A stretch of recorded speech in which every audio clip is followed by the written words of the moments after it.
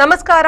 ಆಸ್ತ್ರ groups presence ಸುದ್ದಿಗೊಂದು ಗುದ್ದು ನೇರ ಪ್ರಸಾರದ ಕಾರ್ಯಕ್ರಮಕ್ಕೆ ಸ್ವಾಗತ. ನಾನು Likhitha Prajwal. Powered by Mukund MGM reality ಸಹ ಪ್ರಾಯೋಜಕರಾಗಿ ಬಿಡಿಜಿ ಎಂಟರ್ಪ್ರೈಸಸ್ ಮಾಸ್ಟರ್ ಪ್ಲಾನರಿ ಗ್ರೂಪ್ಸ್. ಇಂದಿನ ಸುದ್ದಿಗೊಂದು ಗುದ್ದು ನೇರ ಪ್ರಸಾರದ ಕಾರ್ಯಕ್ರಮದಲ್ಲಿ ಮಾತುಕತೆಯಲ್ಲಿ ನಮ್ಮ ಜೊತೆ ಹಿರಿಯ ಪತ್ರಕರ್ತರಾಗಿರುವಂತಹ ಮೋಹನ್ ಬೋಳಂಗಡೆ ಅವರಿದ್ದಾರೆ. ಅವರನ್ನ ಕಾರ್ಯಕ್ರಮಕ್ಕೆ ಆತ್ಮೀಯವಾಗಿ ಸ್ವಾಗತಿಸೋಣ. ಸರ್, ಕಾರ್ಯಕ್ರಮಕ್ಕೆ ಆತ್ಮೀಯ ಸ್ವಾಗತ. ಇಂದಿನ ಸುದ್ದಿಗೊಂದು ಗುದ್ದು ನೇರ ಪ್ರಸಾರದ ಕಾರ್ಯಕ್ರಮದ ವರದಿ ಹೀಗಿದೆ. ಬಂಗಾಳ ಕೊಲ್ಲಿಯಲ್ಲಿ ವಾಯುಭಾರ ಕುಸಿತ ಹಿನ್ನೆಲೆಯಲ್ಲಿ ದಕ್ಷಿಣ ಕನ್ನಡ ಮತ್ತು ಉಡುಪಿ ಜಿಲ್ಲೆಯಾದ್ಯಂತ ವರುಣನ ಆರ್ಭಟ ಶುರುವಾಗಿದೆ. ಮೊದಲ ಮಳೆಗೆ ಜಿಲ್ಲೆಯ ಕೆಲವೆಡೆ ಅವಾಂತರ ಸೃಷ್ಟಿಯಾಗಿದ್ದು ಭಾರೀ ಪ್ರಮಾಣದ ನಷ್ಟ ಸಂಭವಿಸಿದೆ. ಈ ಬಗ್ಗೆ ಒಂದು ವರದಿ ಇಲ್ಲಿದೆ. ಮಂಗಳೂರಿನಲ್ಲಿ ಮೊದಲ ಮಳೆಯ ಅವಾಂತರ.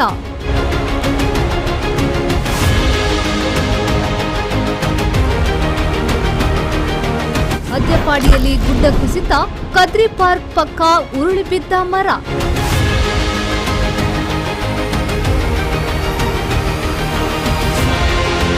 ಕಾಪೂರಿನ ಕಟ್ಟೆ ಸಮೀಪದಲ್ಲಿ ಮನೆಯಂಗಳಕ್ಕೆ ನುಗ್ಗಿದ ಮಣ್ಣು.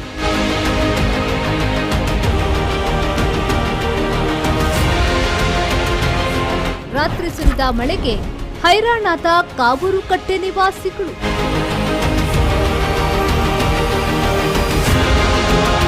ಲಾಸ್ಟ್ ಮೂವ್ಮೆಂಟ್ಗೆ 5 ಲಕ್ಷ ಪಣೊಂದು ದೀತೆ ಅಂದರೆ ಅದು ನಾವು ಅವಧಿ ಮುಗಿನೇಟೆಲ್ಲ ಪಂಡಿನೇ ಬೇಲೆ ಮಂತಿನೇ ಹೆಚ್ಚಿ.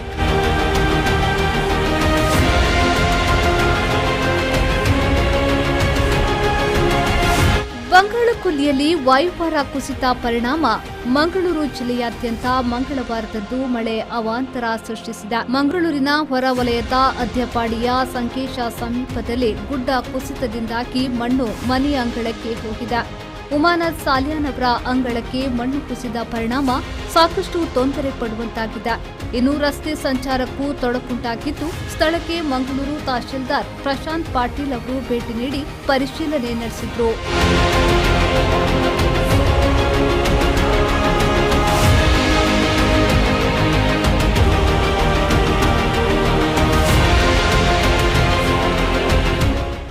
ಏರ್ಪೋರ್ಟ್ ಯಾವಾಗೂ ಕೂಡ ಅವರ ಸಮಸ್ಯೆ ನಮಗೆ ಬರ್ತಾರೆ ಇರ್ತಾರೆ. ವರ್ಷ ಪ್ರತಿ ನೀರು ಬಿಡುದು, ಎಲ್ಲ ಮಣ್ಣು ಕೊಚ್ಚು, ಎಲ್ಲ ಮನೆಗೆ ಬರುವುದು, ಎಲ್ಲ ನೀರೆಲ್ಲ ಮನೆಯಲ್ಲಿ ತುಂಬುವುದು, ಹೀಗೆ ತುಂಬಾ ನಮಗೆ ಸಮಸ್ಯೆ ಆಗ್ತದೆ. ಅದಕ್ಕೆ ಏರ್ಪೋರ್ಟ್ನವರು ಯಾವುದು ಹೇಳಿದ್ರು ಕೂಡ ಅವರು ಅದ ಗಮನಕ್ಕೆ ತೆಗೆದುಕೊಳ್ಳಿಲ್ಲ. ಆದ್ದರಿಂದ ಅವರು ಇನ್ನು ಮುಂದೆ ಆದ್ರೂ ಕೂಡ ಅದರ ನೀರನ್ನು ಒಂದು ಬೇರೆ ಕಡೆಯಲ್ಲಿ ಬದಲಿಸಿಕೊಡಲಿ, ಇಲ್ಲದ್ರೆ ಅದಕ್ಕೆ ಏನಾದರೂ ವ್ಯವಸ್ಥೆ ಮಾಡಿಕೊಡಲಿ ಅಂತ ನಾವು ಅವರ ಹತ್ರ ಹೇಳುದು. ಎಷ್ಟು ವರ್ಷಗಳಿಂದ ಈ ತುಂಬಾ ಇದು ಏರ್ಪೋರ್ಟ್ ಆದ ನಂತರ ಶುರು ಆಗ್ತದೆ. ಈ ಸಲ ಅಲ್ಲ, ಮೊದಲು ಯಾವ್ದು ನಮಗೆ ಸಮಸ್ಯೆ ಇರಲಿಲ್ಲ. ನಾವು ಆರಾಮವಾಗಿ ಏನು ಇಲ್ಲ ನಾವು ಇಲ್ಲಿ ಇದ್ದೇವೆ. ಈಗ ಏರ್ಪೋರ್ಟ್ ಆದ ನಂತರ ಎಷ್ಟೊತ್ತಿಗೆ ನೀರು ಅವರು ಬರ್ತದೆ ಬಿಡ್ತಾರೆ ಅಂತ ಗೊತ್ತಾಗುದಿಲ್ಲ. ಅದು ಫಸ್ಟಿಗೆ ಮತ್ತು ಲಾಸ್ಟಿಗೆ ಬಿಡುದು. ಮಧ್ಯದಲ್ಲಿ ಎಷ್ಟೋ ಮಳೆ ಬಂದರೂ ಕೂಡ ನೀರು ಬರುವುದಿಲ್ಲ ಇಲ್ಲಿಗೆ. ಒಂದು ಫಸ್ಟ್ ಮಳೆ ಬರುವಾಗ ಇಲ್ಲ ಒಂದು ಲಾಸ್ಟಿಗೆ ಒಂದು ಅಷ್ಟೇ. ಈ ಘಟನೆ ನಿನ್ನೆ ರಾತ್ರಿ ಏನಾದ್ರು ಆಯ್ತು? ನೀರು ರಾತ್ರಿ 4 ಗಂಟೆ ಅಂದರೆ ಬಂದಿದೆ ಅಷ್ಟೇ. ಏರ್ಪೋರ್ಟ್ ಅಧಿಕಾರಿ ಈ ಹಿಂದೆ ಸಭೆ ಏನಾದ್ರು ಮಾಡಿದ್ರು? ಏರ್ಪೋರ್ಟ್ ಅಧಿಕಾರಿ ಸಭೆ ಮಾಡಿದರೆ ಗೊತ್ತು ನಮಗೆ. ಅಲ್ಲಿ ಏರ್ಪೋರ್ಟ್ ಅವರು ಮಾತಾಡಲಿಕ್ಕೆ ಹೋಗ್ಲಿಕ್ಕೆ ಕೂಡ ಅವರು ನಮಗೆ ಪರ್ಮಿಷನ್ ಕೊಡುವುದಿಲ್ಲ. ಮತ್ತೆ ಏರ್ಪೋರ್ಟ್ ಅಲ್ಲಿ ಯಾರಲ್ಲಿ ಮಾತಾಡು ಯಾರು ಇರ್ತಾರೆ ಅಂತ ಗೊತ್ತಿಲ್ಲ. ಇಲ್ಲಿ ಎಲ್ಲ ಅಧಿಕಾರಿ ನಾವು ಪಂಚಾಯತಿಯಲ್ಲಿ ಮೆಂಬರ್ ಹತ್ರ ಹೇಳಿ ಅವರೇ ಬಂದು ಅವರೆಲ್ಲ ನಮ್ಮ ಸಮಸ್ಯೆಯನ್ನು ಪರಿಹಾರ ಮಾಡಬಹುದು. ಲಾಸ್ಟ್ ಇಯರ್ ಪಂಚಾಯತಿಯಿಂದ ಏನಾದ್ರು ಪರಿಹಾರ ನಿಮಗೆ ಸಿಕ್ಕಿತ್ತ? ಗವರ್ಮೆಂಟ್ ಪಂಚಾಯತಿಂದ 5,000 ರೂಪಾಯಿ ಸಿಕ್ಕಿದೆ ಅಷ್ಟೇ. ಬೇರೆ ಯಾವುದು ಬಂದಿಲ್ಲ. ತಡೆಗೋಡೆ ನಿರ್ಮಿಸ್ತಾ ಅಂತ ಹೇಳಿದರು. ತಡೆಗೋಡೆ ಇನ್ನೂ ಕೂಡ ತಡೆಗೋಡೆ ಆಗ್ಲಿಲ್ಲ. ಅದಕ್ಕೆ ಸ್ವಲ್ಪ ಹೋದ ವಾರದಲ್ಲಿ ಸ್ವಲ್ಪ ಸಾಮಾನು ತಂದು ಹಾಕಿದ್ರು. ಈಗ ಮತ್ತೆ ಅವರು ರೋಡ್ ಕಟ್ ಮಾಡೋರು ಬಂದು ಅಲ್ಲಿ 3 ದಿನ ಅಲ್ಲಿ ನಿಂತಿದ್ರು. ಆದ್ರೆ ರೋಡ್ ಬಂದಿಲ್ಲ. ಹೇಳಿದಾಗ ಅವ್ರು ಈಗ ಕಳಿಸ್ತೇನೆ ಅಂತ ಹೇಳಿದ್ದಾರೆ. ಅದು ಇನ್ನೂವರೆಗೂ ಕೂಡ ಯಾವುದು ನಮಗೆ ಅದು ಪರಿಹಾರ ಇಲ್ಲ, ತಡೆಗೋಡೆ ಕೂಡ ಆಗಲಿಲ್ಲ. ಉಳಿದಂತೆ ನಗರದಲ್ಲಿ ಕೊಡಿಯಾಲ್ಗುತ್ತಿನಲ್ಲಿ ತಡೆಗೋಡೆ ಕುಸಿದು ಭಾರೀ ಹಾನಿ ಸಂಭವಿಸಿದೆ. ಇದರಿಂದಾಗಿ ಯಾವುದೇ ಪ್ರಾಣಹಾನಿ ಸಂಭವಿಸಿಲ್ಲ. ಕದ್ರಿ ಪಾರ್ಕ್ ಮುಂಭಾಗದಲ್ಲಿ ಬೃಹತ್ ಗಾತ್ರದ ಮರವೊಂದು ಉರುಳಿ ಬಿದ್ದಿದೆ. ಇದರಿಂದಾಗಿ ರಸ್ತೆ ಸಂಪರ್ಕಕ್ಕೆ ತೊಡಕುಂಟಾಗಿದ್ದು ಅಗ್ನಿಶಾಮಕ ದಳ ಸಿಬ್ಬಂದಿಗಳು ಮರ ತೆರವು ಕಾರ್ಯಾಚರಣೆ ನಡೆಸಿದ್ರು. ನಗರದ ಲಾಲ್ಬಾಗ್ನಲ್ಲಿ ಬೃಹತ್ ಮರವೊಂದು ಧರೆಗೆ ಉರುಳಿದೆ. ಅದೃಷ್ಟವಶಾತ್ ಯಾವುದೇ ಪ್ರಾಣಹಾನಿ ಸಂಭವಿಸಿಲ್ಲ. ಮಂಗಳೂರು ಮಹಾನಗರ ಪಾಲಿಕೆ ಮತ್ತು ಅಗ್ನಿಶಾಮಕ ದಳದವರು ರಸ್ತೆಗೆ ಬಿದ್ದ ಬೃಹತ್ ಮರವನ್ನು ತೆರವುಗೊಳಿಸಿ ರಸ್ತೆ ಸಂಚಾರಕ್ಕೆ ಅನುವು ಮಾಡಿಕೊಟ್ಟಿದ್ದಾರೆ.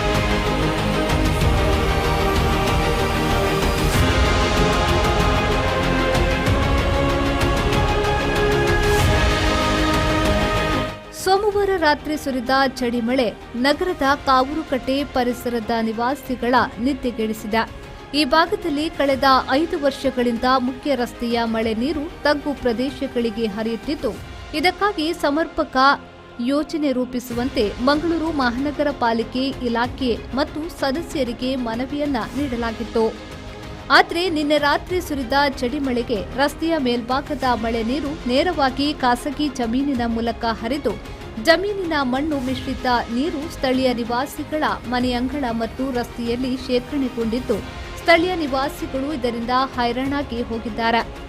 ಇನ್ನು ಈ ಭಾಗದ ಸಮಸ್ಯೆಯ ಬಗ್ಗೆ ಅನೇಕ ಬಾರಿ ಇಲಾಖೆಯ ಗಮನಕ್ಕೂ ತರಲಾಗಿದೆ. ಇತ್ತ ತಿರುಗಿ ನೋಡದ ಕಾರಣ ನಿನ್ನೆ ರಾತ್ರಿ ಸ್ಥಳೀಯರೊಬ್ಬರ ಮನೆ ಆವರಣಗೋಡೆ ಕುಸಿದಿದ್ದು, ಈ ಭಾಗದಲ್ಲಿ ಮನೆಯಿಂದ ಜನರು ಹೊರಬರದ ಪರಿಸ್ಥಿತಿ ಎದುರಾಗಿದೆ.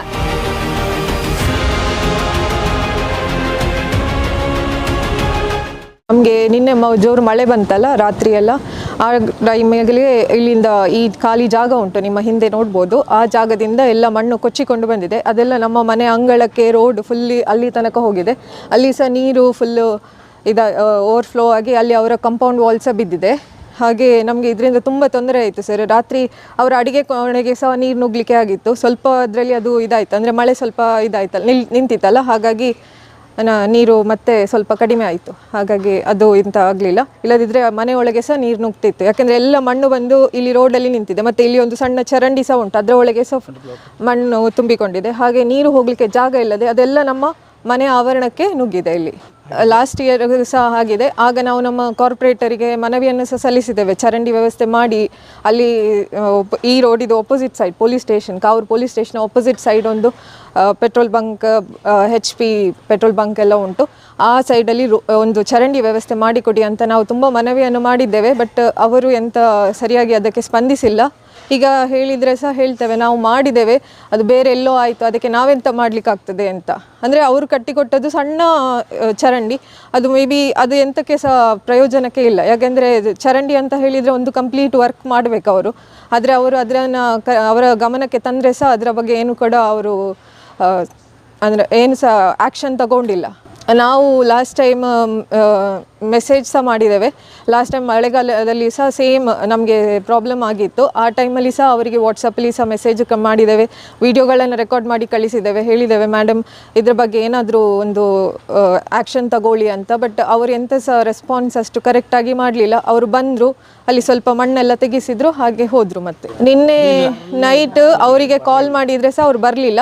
ಮತ್ತು ಫೈನಲಿ ಅವರದೊಂದು ಗ್ರೂಪ್ ಉಂಟು, ನಮ್ಮ ವಾರ್ಡ್ ಅಭಿವೃದ್ಧಿ ಅಂತ, ಅದಕ್ಕೆ ನಾವು ಮೆಸೇಜ್ ಮಾಡಿದಾಗ ಅವ್ರು ಹೇಳಿದರು ನಾನು ಮಾಡಿಸಿದ್ದೇನೆ ಚರಂಡಿ ವ್ಯವಸ್ಥೆ, ಆದರೆ ಅದು ಎಲ್ಲಿಯೋ ಆಗಿದೆ ಅಂತ. ಕಾರ್ಪೊರೇಟರ್ 5 ವರ್ಷದಿಂದ ಪಣೊಂದಿಲ್ಲ ಯಾನು ಪಣೊಂದು ಹೆಲ್ಪ್ಲೇರು ಯಾನು 5 ಲಕ್ಷ ಐಕ್ ದೀತೆ ಅಂದು ಲಾಸ್ಟ್ ಮೂಮೆಂಟ್ಗಳು 5 ಲಕ್ಷ ಪಣೊಂದು ಎತ್ತೇರು ದೀತೆ ಅಂದು. ಅದು ನಮ್ಮ ಅವಧಿ ಮುಗಿನೇಟೆಲ್ಲ ಪಂಡಿನೇ ಬೇಲೆ ಮಂತಿನೇ ಇಜ್ಜಿ ಅವು 5 ಲಕ್ಷದ ಓಲ ಅವಲಂತಿಗೆ ಒಂಜಿ 3 ಲಕ್ಷದ ಒಂಜಿ ಬೇಲೆ ಮಂತಿದೇರು ಅವಳ ನಂಗೆ ಬೋರ್ತಿ ಲೆಕ್ಕ ಅಜ್ಜಿ ಏರೆಗ ಮಂತಿ ಲೆಕ್ಕ ಉಂಡು. ಎಂಗುಳು ಮೂಲು 5 ವರ್ಷದಿಂಚಿ ಆರು ಉಪಮೇಯರ್ ಆದಿತ್ತೇರು ಅಪಗಾಣಲ ಮಂತೊಳ್ಳಿ ಯಾರಿಗೆ ಅವಲ ಮಂತಿಜೇರು ಆರು ಅಂಚ ಬೊಕ್ಕ ಮುರನಿ ಅವು ಎಂಗುಳು ಕಮಿಷನರ್ಗೆ ಬೊಕ್ಕ ನಮ್ಮ ಬೇರೆಗೆ DC ಬೊಕ್ಕ ಬರಶೆಟ್ಟಿ ಒಂದು ಸ್ಪಂದನೆ ಮಂತಿದ್ದೇರು. ಅಪ್ಪಗನೆ ಅವ್ರು ಫೋನ್ ಮಂತ್ ಇಂಜಿನಿಯರ್ಗೆ ಅಪ್ಪಗನೆ ಫೋನ್ ಮಂತೇರು. ಫೋನ್ ಮಂತ್ ಇಂಜಿನಿಯರ್ನ ಕಡ್ಪುಡ್ತೇರು ಸಿಯರೆ ಅಂಡ ಇಂಜಿನಿಯರ್ ಅವು ಕಡ್ಪುಡ್ನಾಗ ಅವಳು JCB ಬತ್ತು ದೆಪ್ಪನಾಗ ಅವು ಬಾರ್ ಸೊಮ್ದೆದಿ ಬಾರ್ ಉಂಡು. ಬಾರ್ದಾಕಲು ಉಂತಾದೀನಿ ಎಂಗುಳು ಒಂಜಿ ವಾರ್ಡ್ ಅವಿನ ಎಂಗುಳು ಮನ್ಪು ನಿಕ್ಕುಲು ಪೈಪಾರ್ದ ಎಂಗುಳು ಒಂದು ಮಂತ್ ಕೊರ್ಪಂದು ಅಕುಲು ಬಂತೇರು. ಅಂಡ ಅಕುಲು ಇತ್ನೆಟೆಲ್ಲ ಅವಿನ ಮಂತಿಜೇರು. ಅಕುಲು ಇನ್ನಿತ್ತೆ JCB ಬರ್ಪುಂಡು ಬಂತೇನು ಇತ್ನೆಟ ಬೈಜಿ JCB ಬತ್ತನೆ ಎಂಗುಲು ಅವಿನಿತ್ತೆ ಉಂತುದು ಎಂಗುಲು ಮನ್ಪ ಅಕ್ಲೆ ಒಯ್ಲ ಎಂಗುಲು ಲೆಕ್ಕೋದು ಎಪ್ಪುಜ ಇನಿ ಅವೊಂಜಿ ಪ್ರೈವೇಟ್ ಜಾಗ ನೆಕ್ ನೀರು ಬರ್ಪಿನ ಅವಳು ಆರು ಈ ಜಾಗದಾರು ಬಂತೇರಿ ಆನೊಂಜಿ ಅವಳು ಇಡ ನೀರು ಬರೋದಿಲ್ಲಕ್ಕೆ ಆನೊಂಜಿ ಅಡ್ಡ ಕಟ್ಟದು ಬಿಡ್ಪೆ ಐಕ್ ಏರ್ಲ ಅಡ್ಡಿ ಬರ್ರಜ್ಜಿ ಎಂಗುಳು ಉಂತುದು ಮನ್ಪವನು ಎಂಗುಳು ಮಾತೆಲ್ಲ ಸೇರಿದೆ ಈ ನೀರು ನೆಕ್ ಬರೋದಿಲ್ಲಕ್ಕ ಐಕ್ ಏರ್ಲ ಅಡ್ಡಿ ಬತ್ತಂದಂಡೆ ಎಂಗುಳು ಒಂದು ಮನ್ಪು ಐನು ಎಂಗುಳು ಕಂಪ್ಲೇಂಟ್ ಕೊಡ್ದು ಒಂದು ಮನ್ಪು ಪೊಲೀಸ್ ಸ್ಟೇಷನ್ ಕಾನೂನು ಒಂದು ಮನ್ಪು ಐನು ತೂದು ಚರಂಡಿ ವ್ಯವಸ್ಥೆ ಎಂಗ್ಲಿಗೆ ಆವಳು ಪಂಡ ಬೇರೆ ಪಂತೇರು ಬರಶೆಟ್ಟಿ ಅವು ಈತು ನೇರು ದುಂಬೆ ಆತೊಡಿತೀನಿ ಅವು ಚರಂಡಿ ಅವು ದಾದನ ಒಂದು ಅದು ಆತಿಜಿ ಅವನು ಬಾರಿ ಒಂದು ಆತಿನ ಬಂಡೇರ ಬರಶೆಟ್ಟಿ ಅವು ಆತೊಡಿತೀನಿ ಅವು 6 ಮನ್ಪ ಹೊಡಿತೀನಿ ಕಾರ್ಪೊರೇಟರ್ ಇತ್ತೆ ಜಾನ್ ಮನ್ಪ ಅಂತ ಪಂತೇರಿ ಈ ನೀತಿ ಅವು JCB ಬತ್ತದಿನಿ ಎಂಕ್ಲೆಗೆ ಆವಡೆವು ಎಂಗಳು ಇನ್ನು ಬಿಡ್ಪುಜ ಮಾತ್ರ ಮನ್ಪಂದೆ ಬಿಡ್ಪುಜ ನೀನು ಎಂಗಳು ಇನ್ನು ಬರ್ಸವತ್ತಿನ ಎಂಗಳು ಮುರ್ಕೊಡಿ ದಕ್ಷಿಣ ಕನ್ನಡ ಜಿಲ್ಲೆಯ ಸುಳ್ಯ, ಪುತ್ತೂರು, ಬೆಳ್ತಂಗಡಿ, ಬಂಟ್ವಾಳ ಸೇರಿದಂತೆ ವಿವಿಧ ಕಡೆಗಳಲ್ಲೂ ಭಾರೀ ಮಳೆಯಾಗ್ತಾ ಇದೆ. ಒಟ್ಟಿನಲ್ಲಿ ಮಂಗಳೂರಿನಲ್ಲಿ ಮೊದಲ ಮಳೆಗೆ ಸಾಕಷ್ಟು ಅನಾಹುತ ಸಂಭವಿಸಿದೆ. ಬಂಗಾಳ ಕೊಲ್ಲಿಯಲ್ಲಿ ವಾಯುಭಾರ ಕುಸಿತದ ಪರಿಣಾಮ ದಕ್ಷಿಣ ಕನ್ನಡ ಜಿಲ್ಲೆಯಲ್ಲಿ 3 ದಿನಗಳ ಕಾಲ ಮಳೆ ಸುರಿಯುವ ಸಾಧ್ಯತೆ ಇದೆ ಎನ್ನಲಾಗಿದೆ. ನಾಗೇಶ್ ಕಾವೂರು, ವಿ4 ನ್ಯೂಸ್, ಮಂಗಳೂರು. ನಗರದಲ್ಲಿ ಭಾರೀ ಮಳೆಯಿಂದಾಗಿ ಕೃತಕ ನೆರೆ ಸೃಷ್ಟಿಯಾಗಿದೆ. ಹವಾಮಾನ ಇಲಾಖೆ ಇಂದು ಮತ್ತು ನಾಳೆ ರೆಡ್ ಅಲರ್ಟ್ ಘೋಷಣೆ ಮಾಡಿದೆ. ಮೀನುಗಾರರು ಸಮುದ್ರಕ್ಕೆ ಇಳಿಯದಂತೆ ಎಚ್ಚರಿಕೆ ಸೂಚನೆ ರವಾನೆ ಮಾಡಲಾಗಿದೆ. ಹವಾಮಾನ ಇಲಾಖೆ ನಿನ್ನೆ ರೆಡ್ ಅಲರ್ಟ್ ಘೋಷಣೆ ಮಾಡಿತ್ತು. ಅದರಂತೆ ಇಂದು ಮುಂಜಾನೆಯಿಂದಲೇ ಒಮ್ಮಿಂದೊಮ್ಮೆಲೆ ವರ್ಷಧಾರೆ ಆಗುತ್ತಿದೆ. ಸತತ ಗಾಳಿ ಮಳೆಯಾಗುತ್ತಿದ್ದು ಬೆಳಗ್ಗಿನ ಸಮಯ ಜನರು ಕೆಲಸ ಕಾರ್ಯಗಳಿಗೆ ಹೋಗಲು ಪರದಾಡಬೇಕಾಯಿತು. ತಗ್ಗು ಪ್ರದೇಶಗಳಲ್ಲಿ ಕೃತಕ ನೆರೆ ಸೃಷ್ಟಿಯಾಗಿದ್ದು ಜನಜೀವನ ಸಂಪೂರ್ಣ ಅಸ್ತವ್ಯಸ್ತಗೊಂಡಿದೆ. ಶ್ರೀಜಿತ್, ವಿ4 ನ್ಯೂಸ್, ಉಡುಪಿ.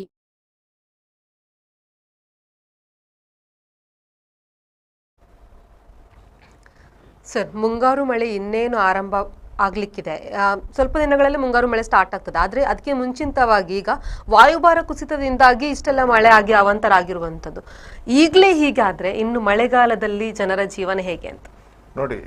ಇದು ಮುಂಗಾರು ಪೂರ್ವ ಮಳೆ. ಇದು ವಾಯುಭಾರ ಕುಸಿತದಿಂದಾಗಿ ಸೃಷ್ಟಿಯಾದ ಮಳೆ ಏನಲ್ಲ.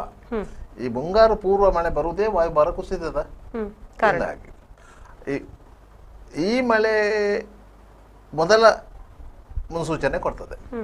ಸಾಮಾನ್ಯವಾಗಿ ಮುಂಗಾರು ಯಾವಾಗ ಆರಂಭ ಆಗುತ್ತೆ, ನೀವು ಸುರಿಗೆ ಕೇರಳಕ್ಕೆ ಬರುತ್ತೆ, ಕೇರಳದಿಂದ ದಕ್ಷಿಣ ಕನ್ನಡ ಜಿಲ್ಲೆಗೆ ಪ್ರವೇಶ ಪಡೀತದೆ. ಅದಕ್ಕಿಂತ 1 ವಾರ ಇಲ್ಲದೆ 2 ವಾರದ ಮೊದಲು ಪೂರ್ವ ಮುಂಗಾರು ಅಂತ ಹೇಳುವುದು ಇದಕ್ಕೆ. ಅಂಥ ಮಳೆ ಬರುವಂಥದ್ದು. ಇದು ವರ್ಷಂಪ್ರತಿ ಬರುವಂಥದ್ದೇ. ಇದೇನು ಈ ಬಾರಿ ಅನಿರೀಕ್ಷಿತವಾಗಿ ಬಂತು ಅಂತ ಏನು ಹೇಳುವ ಹಾಗೆ ಇಲ್ಲ. ಇದು ಪ್ರತಿ ಬಾರಿ ಬರುವಂಥದ್ದೇ. ಆದ್ರಿಂದಾಗಿ ಅದಕ್ಕಿಂತ ಮೊದಲು ಜಿಲ್ಲಾಧಿಕಾರಿಗಳ ನೇತೃತ್ವದಲ್ಲಿ ವಿಪತ್ತು ನಿರ್ವಹಣಾ ಸಮಿತಿ ಅಂತ ಹೇಳೋದು ಇದೆ. ಆ ಸಮಿತಿ ಒಂದು ಸಭೆ ಸೇರಬೇಕು. ಸಭೆ ಸೇರಿ ಎಲ್ಲೆಲ್ಲಿ ಕಳೆದ ವರ್ಷ ಏನೇನು ಸಮಸ್ಯೆ ಆಗಿದೆ ಅದನ್ನು ಪರಿಶೀಲನೆ ಮಾಡಬೇಕು. ಅದಕ್ಕೆ ಪರಿಹಾರವಾಗಿ ಏನೆಲ್ಲ ಮಾಡಿದೆ ಎನ್ನುವುದನ್ನು ಮೇಲುಸ್ತುವಾರಿ ಮಾಡಬೇಕು. ಅದ ನಂತರ ಎಲ್ಲೆಲ್ಲಿ ಆಗಿಲ್ಲ ಇದರ ಬಗ್ಗೆ ಕ್ರಮ ಕೈಗೊಳ್ಳಬೇಕು. ಇದು ವಾಡಿಕೆಯಾಗಿ ಮಾಡುವಂಥದ್ದು. ನೋಡಿ, ಇಲ್ಲಿಯ ತನಕ ಸಹ ಜಿಲ್ಲಾಧಿಕಾರಿಗಳ ನೇತೃತ್ವದ ವಿಪತ್ತು ನಿರ್ವಹಣಾ ಸಮಿತಿ ಸಭೆ ಸೇರಿಲ್ಲ ಅಂತ ಕಾಣ್ತದೆ. ಯಾಕಂದ್ರೆ ಅದರಲ್ಲಿ ಜಿಲ್ಲಾಧಿಕಾರಿಗಳಿರ್ತಾರೆ, ತಹಶೀಲ್ದಾರ್ ಇರ್ತಾರೆ, ಮಹಾನಗರ ಪಾಲಿಕೆ ಆಯುಕ್ತರು ಇರ್ತಾರೆ, ವಿವಿಧ ಅಧಿಕಾರಿಗಳಿರ್ತಾರೆ. ಅವರೆಲ್ಲ ಕಳೆದ ವರ್ಷ ಏನಾಗಿದೆ ಅದಕ್ಕೆ ಏನು ಪರಿಹಾರ ಮಾಡಿದ್ದೀರಿ ಎನ್ನುವುದು ಬೇಕು. ಇದು ಏನಾಗಿದೆ ಅಂತ ಹೇಳಿದ್ರೆ 10 ವರ್ಷಗಳ ಹಿಂದೆ ಯಾವ ಪರಿಸ್ಥಿತಿ ಇದೆಯೋ ಅದೇ ಪರಿಸ್ಥಿತಿ ಪ್ರತಿ ವರ್ಷ ಮರುಕಳಿಸ್ತಾ ಹೋಗ್ತದೆ. ಯಾವುದೇ ಪರಿಹಾರ ಇಲ್ಲ, ಯಾವುದೇ ಪರಿಹಾರ ಮಾಡಲಿಲ್ಲ. ಅದಕ್ಕಿಂತ ಜಾಸ್ತಿಯಾಗಿ ಏನಾಗಿದೆ ಅಂತ ಹೇಳಿದ್ರೆ ಈ ಇತ್ತೀಚಿನ ವರ್ಷಗಳಲ್ಲಿ ಮಂಗಳೂರು ನಗರ ಸುಂದರೀಕರಣ ಆಗಿದೆ. ಯಥೇಚ್ಛವಾಗಿ ದುಡ್ಡು ಬಂದಿದೆ. ಸ್ಮಾರ್ಟ್ ಸಿಟಿ ಎನ್ನುವ ಕಾರಣಕ್ಕಾಗಿ ಹಣ ಬಂದಿದೆ. ಅದಕ್ಕೆ ಬೇಕಾಬಿಟ್ಟಿಯಾಗಿ ಕೆಲವೊಂದು ಕೆಲಸಗಳನ್ನು ಮಾಡಿದ್ದಾರೆ. ಇದರ ಪರಿಣಾಮವನ್ನು ಈಗ ಜನ ಎದುರಿಸ್ತಾ ಇದ್ದಾರೆ. ಕಳೆದ ವರ್ಷ ನಿಮಗೆ ಪಂಪ್ವೆಲ್ ಫ್ಲೈಓವರ್ ಮಾಡಿದಂಥ ಸಂದರ್ಭದಲ್ಲಿ ಪಂಪ್ವೆಲ್ ಮುಳುಗಿತ್ತು ಅಂತ ಇದಾಯಿತು. ಸತ್ಯವಾಗಲೂ ಹೌದು. ಯಾಕಂತ ಹೇಳಿದ್ರೆ ಅಲ್ಲಿ ನೀರು ಹೋಗ್ಲಿಕ್ಕೆ ಜಾಗವೇ ಇಲ್ಲದೆ ನೀರು ರಸ್ತೆ ಮೇಲೆ ನಿಂತಿತ್ತು. ಸುಮಾರು ಒಂದು 7-8 ಫೀಟ್ಗಳಷ್ಟು ಎತ್ತರಕ್ಕೆ ನೀರು ನಿಂತಿತ್ತು. ಅದೊಂದು ನಿಮಗೆ ದೊಡ್ಡ ಕೆರೆಯಾಗಿ ಭಾಸವಾಗ್ತಾ ಇತ್ತು ಪಂಪ್ವೆಲ್. ಆಯ್ತಾ? ಆಗಿನ ಸಂಸದರಾಗಿದ್ದಂಥ ನಲ್ಲಿನ ಕಟೀಲ್ರವರು ಹೈಯೆಸ್ಟ್ ಟ್ರೋಲ್ ಆದ್ದು ಆ ಪಂಪ್ವೆಲ್ನ ಪರಿಸ್ಥಿತಿಗೆ. ಅದರಿಂದ ಈ ವರ್ಷ ಪಂಪ್ವೆಲ್ನ ಪರಿಸ್ಥಿತಿ ಸುಧಾರಿದೆ.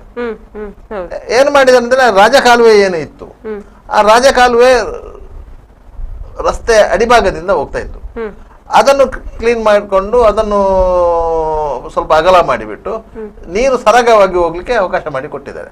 ಅದು ಎಲ್ಲಿ ಹೋಗ್ತದೆ ಅಂತ ಹೇಳಿದ್ರೆ, ನಿಮಗೆ ಹಿಂದೆ ಪೆಂಟಗಾನ್ ಹೋಟೆಲ್ ಇತ್ತು, ಈಗ ಅದು ಕೇಸಗಡೆ ಸಂಸ್ಥೆಗೆ ಸೇರಿದೆ. ಅದರ ಹಿಂಬದಿಯಿಂದ ಅದು ನೇರವಾಗಿ ಜಪ್ಪಿನ ಮಗುರು ಹಾಕೊಂಡು ನೇತ್ರಾವತಿ ನದಿಗೆ ಸೇರುವಂತ ರಾಜಕಾಲುವೆ. ಅದನ್ನು ಅಲ್ಲಿಂದ ಅದನ್ನು ಕ್ಲಿಯರ್ ಮಾಡಿ ಕೊಟ್ಟರು. ಅದರಿಂದ ಆರಾಮವಾಗಿ ನೀರು ಹರಿದು ಹೋಗ್ತದೆ. ಯಾವ ನೀರು ಬಂದು ಅಲ್ಲಿಂದ ಹರಿದು ಹೋಗ್ತದೆ. ಯಾಕಂದ್ರೆ ನಿಮ್ಗೆ ಬಲ್ಮಠದಿಂದ ಹಿಡಿದು ಪಂಪ್ವೆಲ್ ತನಕ ಬರುವಂತ ಮಳೆ ನೀರು ಅದೇ ಕಾಲುವೆ ಮೂಲಕ ಹೋಗ್ಬೇಕು. ಹೋಗ್ಬೇಕು. ಅದರ ಒಟ್ಟಿಗೆ ಅಕ್ಕಪಕ್ಕದಲ್ಲಿದ್ದ ಮನೆಗಳ ಒಳಚರಂಡಿ ನೀರು ಅದು ಇದೆಲ್ಲ ಅದೇ ರಾಜಕಾಲುವೆ ಮೂಲಕ ಹೋಗ್ಬೇಕು. ಅಲ್ಲಿ ರಾಜಕಾಲುವೆಯನ್ನು ನೀವು ಕ್ಲೀನ್ ಆಗಿ ಮಾಡಿ ಕೊಟ್ಟಿದ್ರಿಂದಾಗಿ ಆರಾಮಾಗಿ ನೀರು ಆದ್ರೆ ಅದೇ ಪರಿಸ್ಥಿತಿ ಬೇರೆ ಕಡೆಗಳಲ್ಲಿ ಇಲ್ಲ. ಬೇರೆ ಕಡೆಗಳಲ್ಲಿ ಏನ್ ಮಾಡಿದ್ದಾರೆ ಅಂತ ಹೇಳಿದ್ರೆ ರಸ್ತೆ ಮಾಡಿದ್ದಾರೆ, ರಸ್ತೆ ಅಗಲೀಕರಣ ಆಗಿದೆ, ಚರಂಡಿ ವ್ಯವಸ್ಥೆ ಮಾಡಲಿಲ್ಲ. ನಿಮ್ಗೆ ರಸ್ತೆ ಅಗಲೀಕರಣ ಮಾಡುವುದು, ಅದನ್ನು ಕಾಂಕ್ರೀಟೀಕರಣ ಮಾಡುವುದು ಎಲ್ಲವೂ ಸರಿ. ನೀವು ಮೊದಲಿಗೆ ಅದಕ್ಕೆ ಚರಂಡಿ ವ್ಯವಸ್ಥೆಯನ್ನು ಮಾಡಬೇಕಿತ್ತು. ಆ ಚರಂಡಿಗೆ ಸರಿಯಾದ ಲಿಂಕ್ ಕೊಡಬೇಕಿತ್ತು. ಎಲ್ಲಿಂದ ನೀರು ಬರ್ತದೆ ಅಂತ ಗೊತ್ತಿರ್ತದೆ. ಸಾಮಾನ್ಯವಾಗಿ ಎಲ್ರಿಗೂ ಗೊತ್ತಿರ್ತದೆ, ಗೊತ್ತಿಲ್ಲ ಅಂತ ಹೇಳಿ ಎಲ್ಲಿಂದ ನೀರು ಬರ್ತದೆ ಅಂತ ಹೇಳಿ. ಆಕಾಶದಿಂದ ಉದುರಿದಂತ ನೀರು ಎಲ್ಲಿಗೆ ಹೋಗಬೇಕು ಎನ್ನುವುದನ್ನು ನಾವು ದಾರಿ ತೋರಿಸ್ಕೊಡ್ಬೇಕು. ಅದು ನೀರು ಸಾಮಾನ್ಯವಾಗಿ ನಿಮ್ಗೆ ಯಾವ ಕಡೆ ಹೋಗ್ತದೆ ಅದೇ ಕಡೆ ಹೋಗೋದು. ಕೆಳಗಿಂದ ಏನು ಮೇಲೆ ಹೋಗುದಿಲ್ಲ, ಮೇಲಿಂದ ಕೆಳಗೆ ಬರೋದು. ಆದ್ರಿಂದಾಗಿ ಸ್ವಲ್ಪವಾದ ಜ್ಞಾನ ಇರಬೇಕಿತ್ತು. ಆದ್ರೆ ಅದನ್ನು ಈ ಸ್ಥಳೀಯ ಕಾರ್ಪೊರೇಟರ್ಗಳು ಮಾಡಲಿಲ್ಲ, ಅಧಿಕಾರಿ ವರ್ಗವೂ ಮಾಡಲಿಲ್ಲ. ಈಗ ಸ್ಮಾರ್ಟ್ ಸಿಟಿ ಅಡಿಯಲ್ಲಿ ಮಂಗಳೂರನ್ನು ಡೆವಲಪ್ ಮಾಡ್ಲಿಕ್ಕೆ ಅಂತಲ್ಲಿ ಎಲ್ಲ ವ್ಯವಸ್ಥೆಗಳಾಗಿದೆ. ಆದ್ರೆ ಅದರಲ್ಲಿ ಇಚ್ಛಾಶಕ್ತಿಯ ಕೊರತೆ ಏನು ಅಂತ ಹೇಳಿದ್ರೆ, ಕೆಲವೊಂದು ಕಡೆಗಳಲ್ಲಿ ಜಾಗ ಅತಿಕ್ರಮಣ ಆಗಿದೆ. ಬಿಲ್ಡಿಂಗ್ ಕಟ್ಟಿದ್ದಾರೆ, ಮಹಾನಗರ ಪಾಲಿಕೆ ಲೈಸೆನ್ಸು ಕೊಟ್ಟಿದೆ, ಅದಕ್ಕೆ ಡೋರ್ ನಂಬರು ಕೊಟ್ಟಿದೆ, ಅತಿಕ್ರಮಣ ಆಗಿದೆ ಅಂತ ಗೊತ್ತಿದೆ, ಗೊತ್ತಿದ್ದು ಮಾಡಿದೆ. ಈಗ ಅದನ್ನು ನೀವು ಕಟ್ ಮಾಡ್ಲಿಕ್ಕೆ ಹೋದ್ರೆ ಅವ್ರ ಅಬ್ಜೆಕ್ಷನ್ ಬರುತ್ತೆ. ಪರ್ಮಿಷನ್ ಇವರೇ ಕೊಟ್ಟಿದ್ರು. ಈ TPOಗಳು, ಟೌನ್ ಪ್ಲಾನಿಂಗ್ ಅಥಾರಿಟಿ ಏನಿದೆ ಅದರ ಅಧಿಕಾರಿಗಳು, ಮಹಾನಗರ ಪಾಲಿಕೆ ಆಯುಕ್ತರು, ಇವರೆಲ್ಲ ಕಂದಾಯ ವಿಭಾಗದ ಅಧಿಕಾರಿಗಳು ಎಲ್ಲರೂ ಇದರಲ್ಲಿ ದುಡ್ಡು ಮಾಡಿದ್ದೇ ಹೊರತು ಮಂಗಳೂರು ನಗರದ ಜನರಿಗೆ ಏನು ತೊಂದರೆ ಆಗಬಹುದು, ಇನ್ನು ಮುಂದಕ್ಕೆ ಏನು ತೊಂದರೆ ಆಗ್ಬೋದು ಎನ್ನುವ ಬಗ್ಗೆ ಕಲ್ಪನೆ ಇಲ್ಲ. ಯಾಕಂದ್ರೆ ಅವರು ಅಧಿಕಾರಿಗಳು, ಅವರು ಇವತ್ತು ಇರ್ತಾರೆ, ನಾಳೆ ಹೋಗ್ತಾರೆ. ಆದ್ರೆ ಜನ ಇಲ್ಲೇ ಇರ್ಬೇಕಲ್ಲ. ಜನ ಇಲ್ಲೇ ಹುಟ್ಟಿದ್ದು, ಇಲ್ಲೇ ಬೆಳೆದದ್ದು, ಇಲ್ಲೇ ಬೆಳಿಬೇಕಾದವರು, ಇಲ್ಲೇ ಬಾಳಿ ಪ್ರತಿ ವರ್ಷ ಅದೇ ಸಮಸ್ಯೆ ಬರ್ತದೆ. ಒಂದೇ ಸಮಸ್ಯೆಗಳು ಪ್ರತಿ ವರ್ಷ ರಿಪೀಟ್ ಆಗ್ತದೆ ಅಂತಂದ್ರೆ ಅದಕ್ಕೆ ಮುಖ್ಯ ಕಾರಣ ಅಧಿಕಾರಿಗಳು ಮತ್ತು ಇಲ್ಲಿನ ಜನಪ್ರತಿನಿಧಿಗಳು ಸರಿಯಾದ ಸಮಯಕ್ಕೆ ಅಧಿಕಾರಿಗಳನ್ನ ಎಚ್ಚರಿಸದಿದ್ದಾರೆ.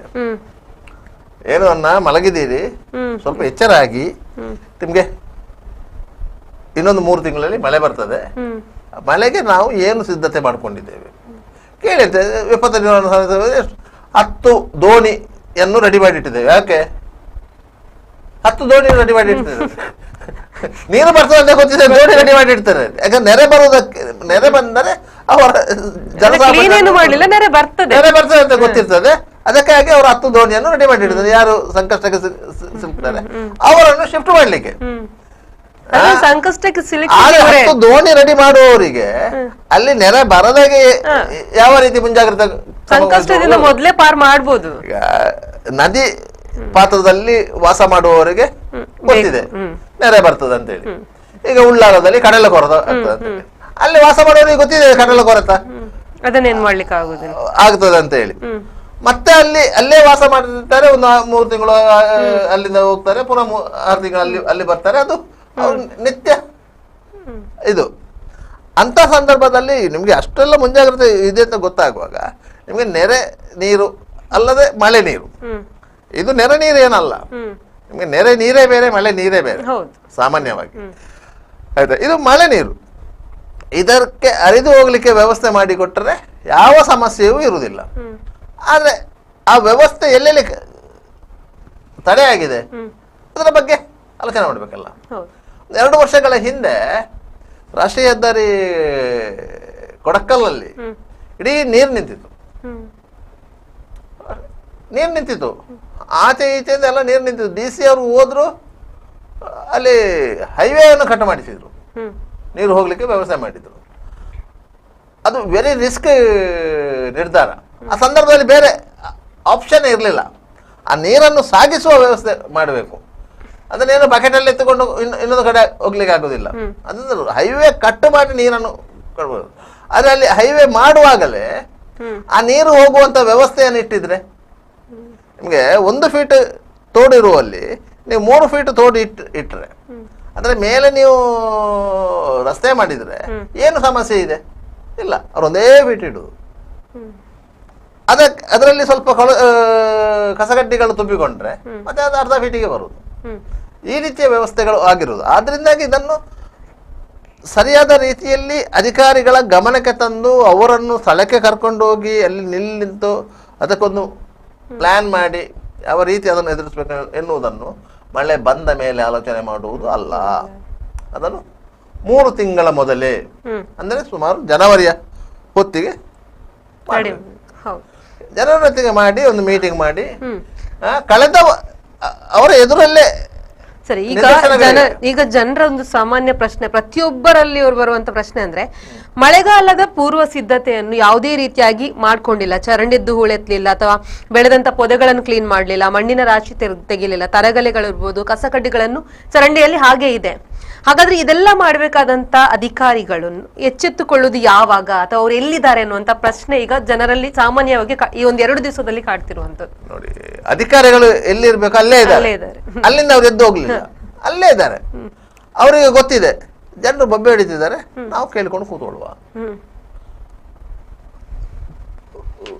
ಪರಿಸ್ಥಿತಿ ವಿಕೋಪಕ್ಕೆ ಹೋಗುವಂತ ಸಂದರ್ಭದಲ್ಲಿ ಹಿರಿಯ ಅಧಿಕಾರಿಗಳು ಬರ್ತಾರೆ, ಬೇರೆ ಏನಾದ್ರು ವ್ಯವಸ್ಥೆ ಮಾಡ್ತಾರೆ, ಏನಾದ್ರು ಮಾಡ್ತಾರೆ ಅಂತ ಹೇಳಿ ಅದು ಅವ್ರಿಗೆ ಗೊತ್ತಿದೆ. ಆದ್ರೆ ಜನಪ್ರತಿನಿಧಿಗಳಿಗೆ, ಸ್ಥಳೀಯವಾಗಿ ಜನಪ್ರತಿನಿಧಿಗಳಿಗೆ ಅವರ ವಾರ್ಡಿನ ಸಮಸ್ಯೆಗಳ ಅರಿವು ಇದೆಯಾ ಇಲ್ವಾ ಅಂತ ಹೇಳ್ಬೇಕು. ಹಾಗಾದ್ರೆ ಅಧಿಕಾರದ ಅವಧಿಯಲ್ಲಿ ನೀವೇನು ಮಾಡಿದ್ದೀರಿ? ಯಾಕಂದ್ರೆ ಈಗ ಅಲ್ಲಲ್ಲ ಸಮಸ್ಯೆ ಈಗ ಸೃಷ್ಟಿಯಾಗಿದೆ ಅಂತಂದ್ರು, ಈ ಹಿಂದೆ ಇದೇ ಸಮಸ್ಯೆ ಇತ್ತಲ್ಲ. ಇದೇನು ಎಷ್ಟೋ ಸಮಸ್ಯೆ ಏನಲ್ಲ, ಕಳೆದ ವರ್ಷ ಇದ್ದದ್ದೇ ಸಮಸ್ಯೆ. ಕಳೆದ ವರ್ಷ ಮಾಡದಕ್ಕೆ ಈ ವರ್ಷ ಮತ್ತೆ ಬಂದ. ಕಳೆದ ವರ್ಷ ನೀವು ಅದಕ್ಕೆ ಸರಿಯಾದ ರೀತಿಯಲ್ಲಿ ಸ್ಪಂದಿಸಲಿಲ್ಲ, ಆದ್ರಿಂದ ಈ ವರ್ಷ ಬಂದಿದೆ. ಈ ವರ್ಷ ನಿಮ್ಮ ಅಧಿಕಾರಾವಧಿ ಮುಗಿದಿದೆ, ಆಡಳಿತಾಧಿಕಾರಿಯವರ ಅಧಿಕಾರ ಇದೆ. ಆ ಸಂದರ್ಭದಲ್ಲಿ ಒಂದು ವಾರ್ಡ್ನ ನಿಕಟಪೂರ್ವ ಸದಸ್ಯರಾಗಿಯೂ ನಿಮ್ಗೆ ಜವಾಬ್ದಾರಿ ಇದೆ. ಬರೋ ವರ್ಷ ಚುನಾವಣೆ ಬರುವಾಗ ನಿಮ್ಗೆ ವಾರ್ಡ್ ಚೇಂಜ್ ಆಗ್ಬೋದು, ಮೀಸಲಾತಿ ಚೇಂಜ್ ಆಗ್ಬೋದು ಅಂತ ನೀವು ಆಲೋಚನೆ ಮಾಡಬೇಡಿ. ಆದ್ರೆ ಅಲ್ಲಿ ಇನ್ನು ಮುಂದಿನ ಅವಧಿಯಲ್ಲಿ ಬೇರೆ ವ್ಯಕ್ತಿಗಳು ಬಂದ್ರು ಸಹ ಅವರಿಗೆ ಜನ ಇದೇ ಪ್ರಶ್ನೆ ಕೇಳುವುದು, ಹಿಂದಿನವರು ಹೀಗೆ ಏನು ಮಾಡದೆ ಹೋಗಿದ್ದಾರೆ, ನೀವು ಏನು ಮಾಡ್ತೀರಿ ಅಂತ ಹೇಳಿ. ಆಗ ಅವರು ಅದನ್ನೇ ಹೇಳುದು, ಹಿಂದಿನವರು ಮಾಡಿದಾಗ ನಾನು ಮಾಡೋದೇ, ನಾನು ಕೆಲಸ ಮಾಡ್ತೇನೆ ಅಂತ ಹೇಳಿ. ಆದ್ರೆ ಯಾರೂ ಮಾಡೋದಿಲ್ಲ. ಮಾಡ್ತಾ ಇದ್ರೆ ಈ ಪರಿಸ್ಥಿತಿ ಇಲ್ಲಿಗೆ ಬರ್ತಾ ಇಲ್ಲ. ಸಾಮಾನ್ಯವಾಗಿ ಮಳೆಗಾಲದ ಸಂದರ್ಭದಲ್ಲಿ ಅನಾಹುತಗಳಾಗುದು ಮಾಮೂಲ, ಪ್ರತಿ ಸಲ ಆಗುವಂತದ್ದು. ಆದ್ರೆ ಹಾನಿ ಅನಾಹುತಗಳಾಗದಂತೆ ಎಚ್ಚೆತ್ತುಕೊಳ್ಬೇಕಾದದ್ದು ಅಧಿಕಾರಿಗಳ ಅಥವಾ ಜನಪ್ರತಿನಿಧಿಗಳು ಅನ್ನುವಂತ ಪ್ರಶ್ನೆ ಜನರಲ್ಲಿ. ಜನಪ್ರತಿನಿಧಿಗಳ ಹತ್ರ ಕೇಳಿದಾಗ ಅಧಿಕಾರಿಗಳು ಕರೆಕ್ಟ್ ಆಗಿ ರೆಸ್ಪಾಂಡ್ ಮಾಡ್ತಿಲ್ಲ ಅಂತ ಹೇಳುವಂತದ್ದು, ಅಧಿಕಾರಿಗಳ ಹತ್ರ ಕೇಳಿದಾಗ ಅದು ಜನಪ್ರತಿನಿಧಿಗಳ ಸಮಸ್ಯೆ, ಅವರು ಅದಕ್ಕೆ ನಿಮ್ಗೆ ಸ್ಪಂದನೆ ಕೊಡ್ಬೇಕು ಅಂತ ಹೇಳ್ತಿರುವಂತದ್ದು. ನೋಡಿ, ಸುರಿಯುಗೆ ನಾವು ಎಲಿಗೇಷನ್ ಮಾಡೋದು ಜನಪ್ರತಿನಿಧಿಗಳ ಮೇಲೆ. ಅಧಿಕಾರಿಗಳು ಸಂಬಳಕ್ಕಾಗಿ ಇರುವವರು, ಸ್ಪಷ್ಟವಾಗಿ ಹೇಳ್ತೇನೆ. ಅದು ಅಲ್ಲದೆ ಅವರು ಇಲ್ಲಿಯ ಸ್ಥಳೀಯರು ಅಲ್ಲ. ನೀವು ಇಲ್ಲಿಯ ಸ್ಥಳೀಯರು.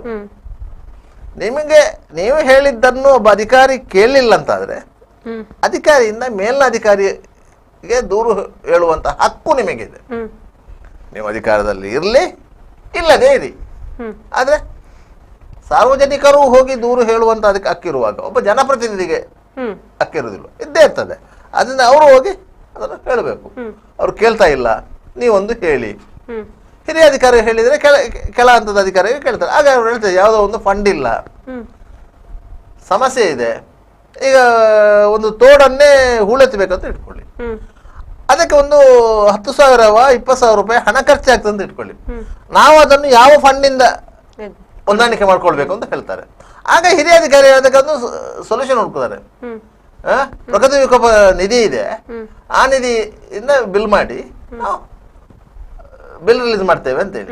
ಈ ರೀತಿಯ ವ್ಯವಸ್ಥೆಗಳಿವೆ, ಇಲ್ಲಂತ ಏನಿಲ್ಲ.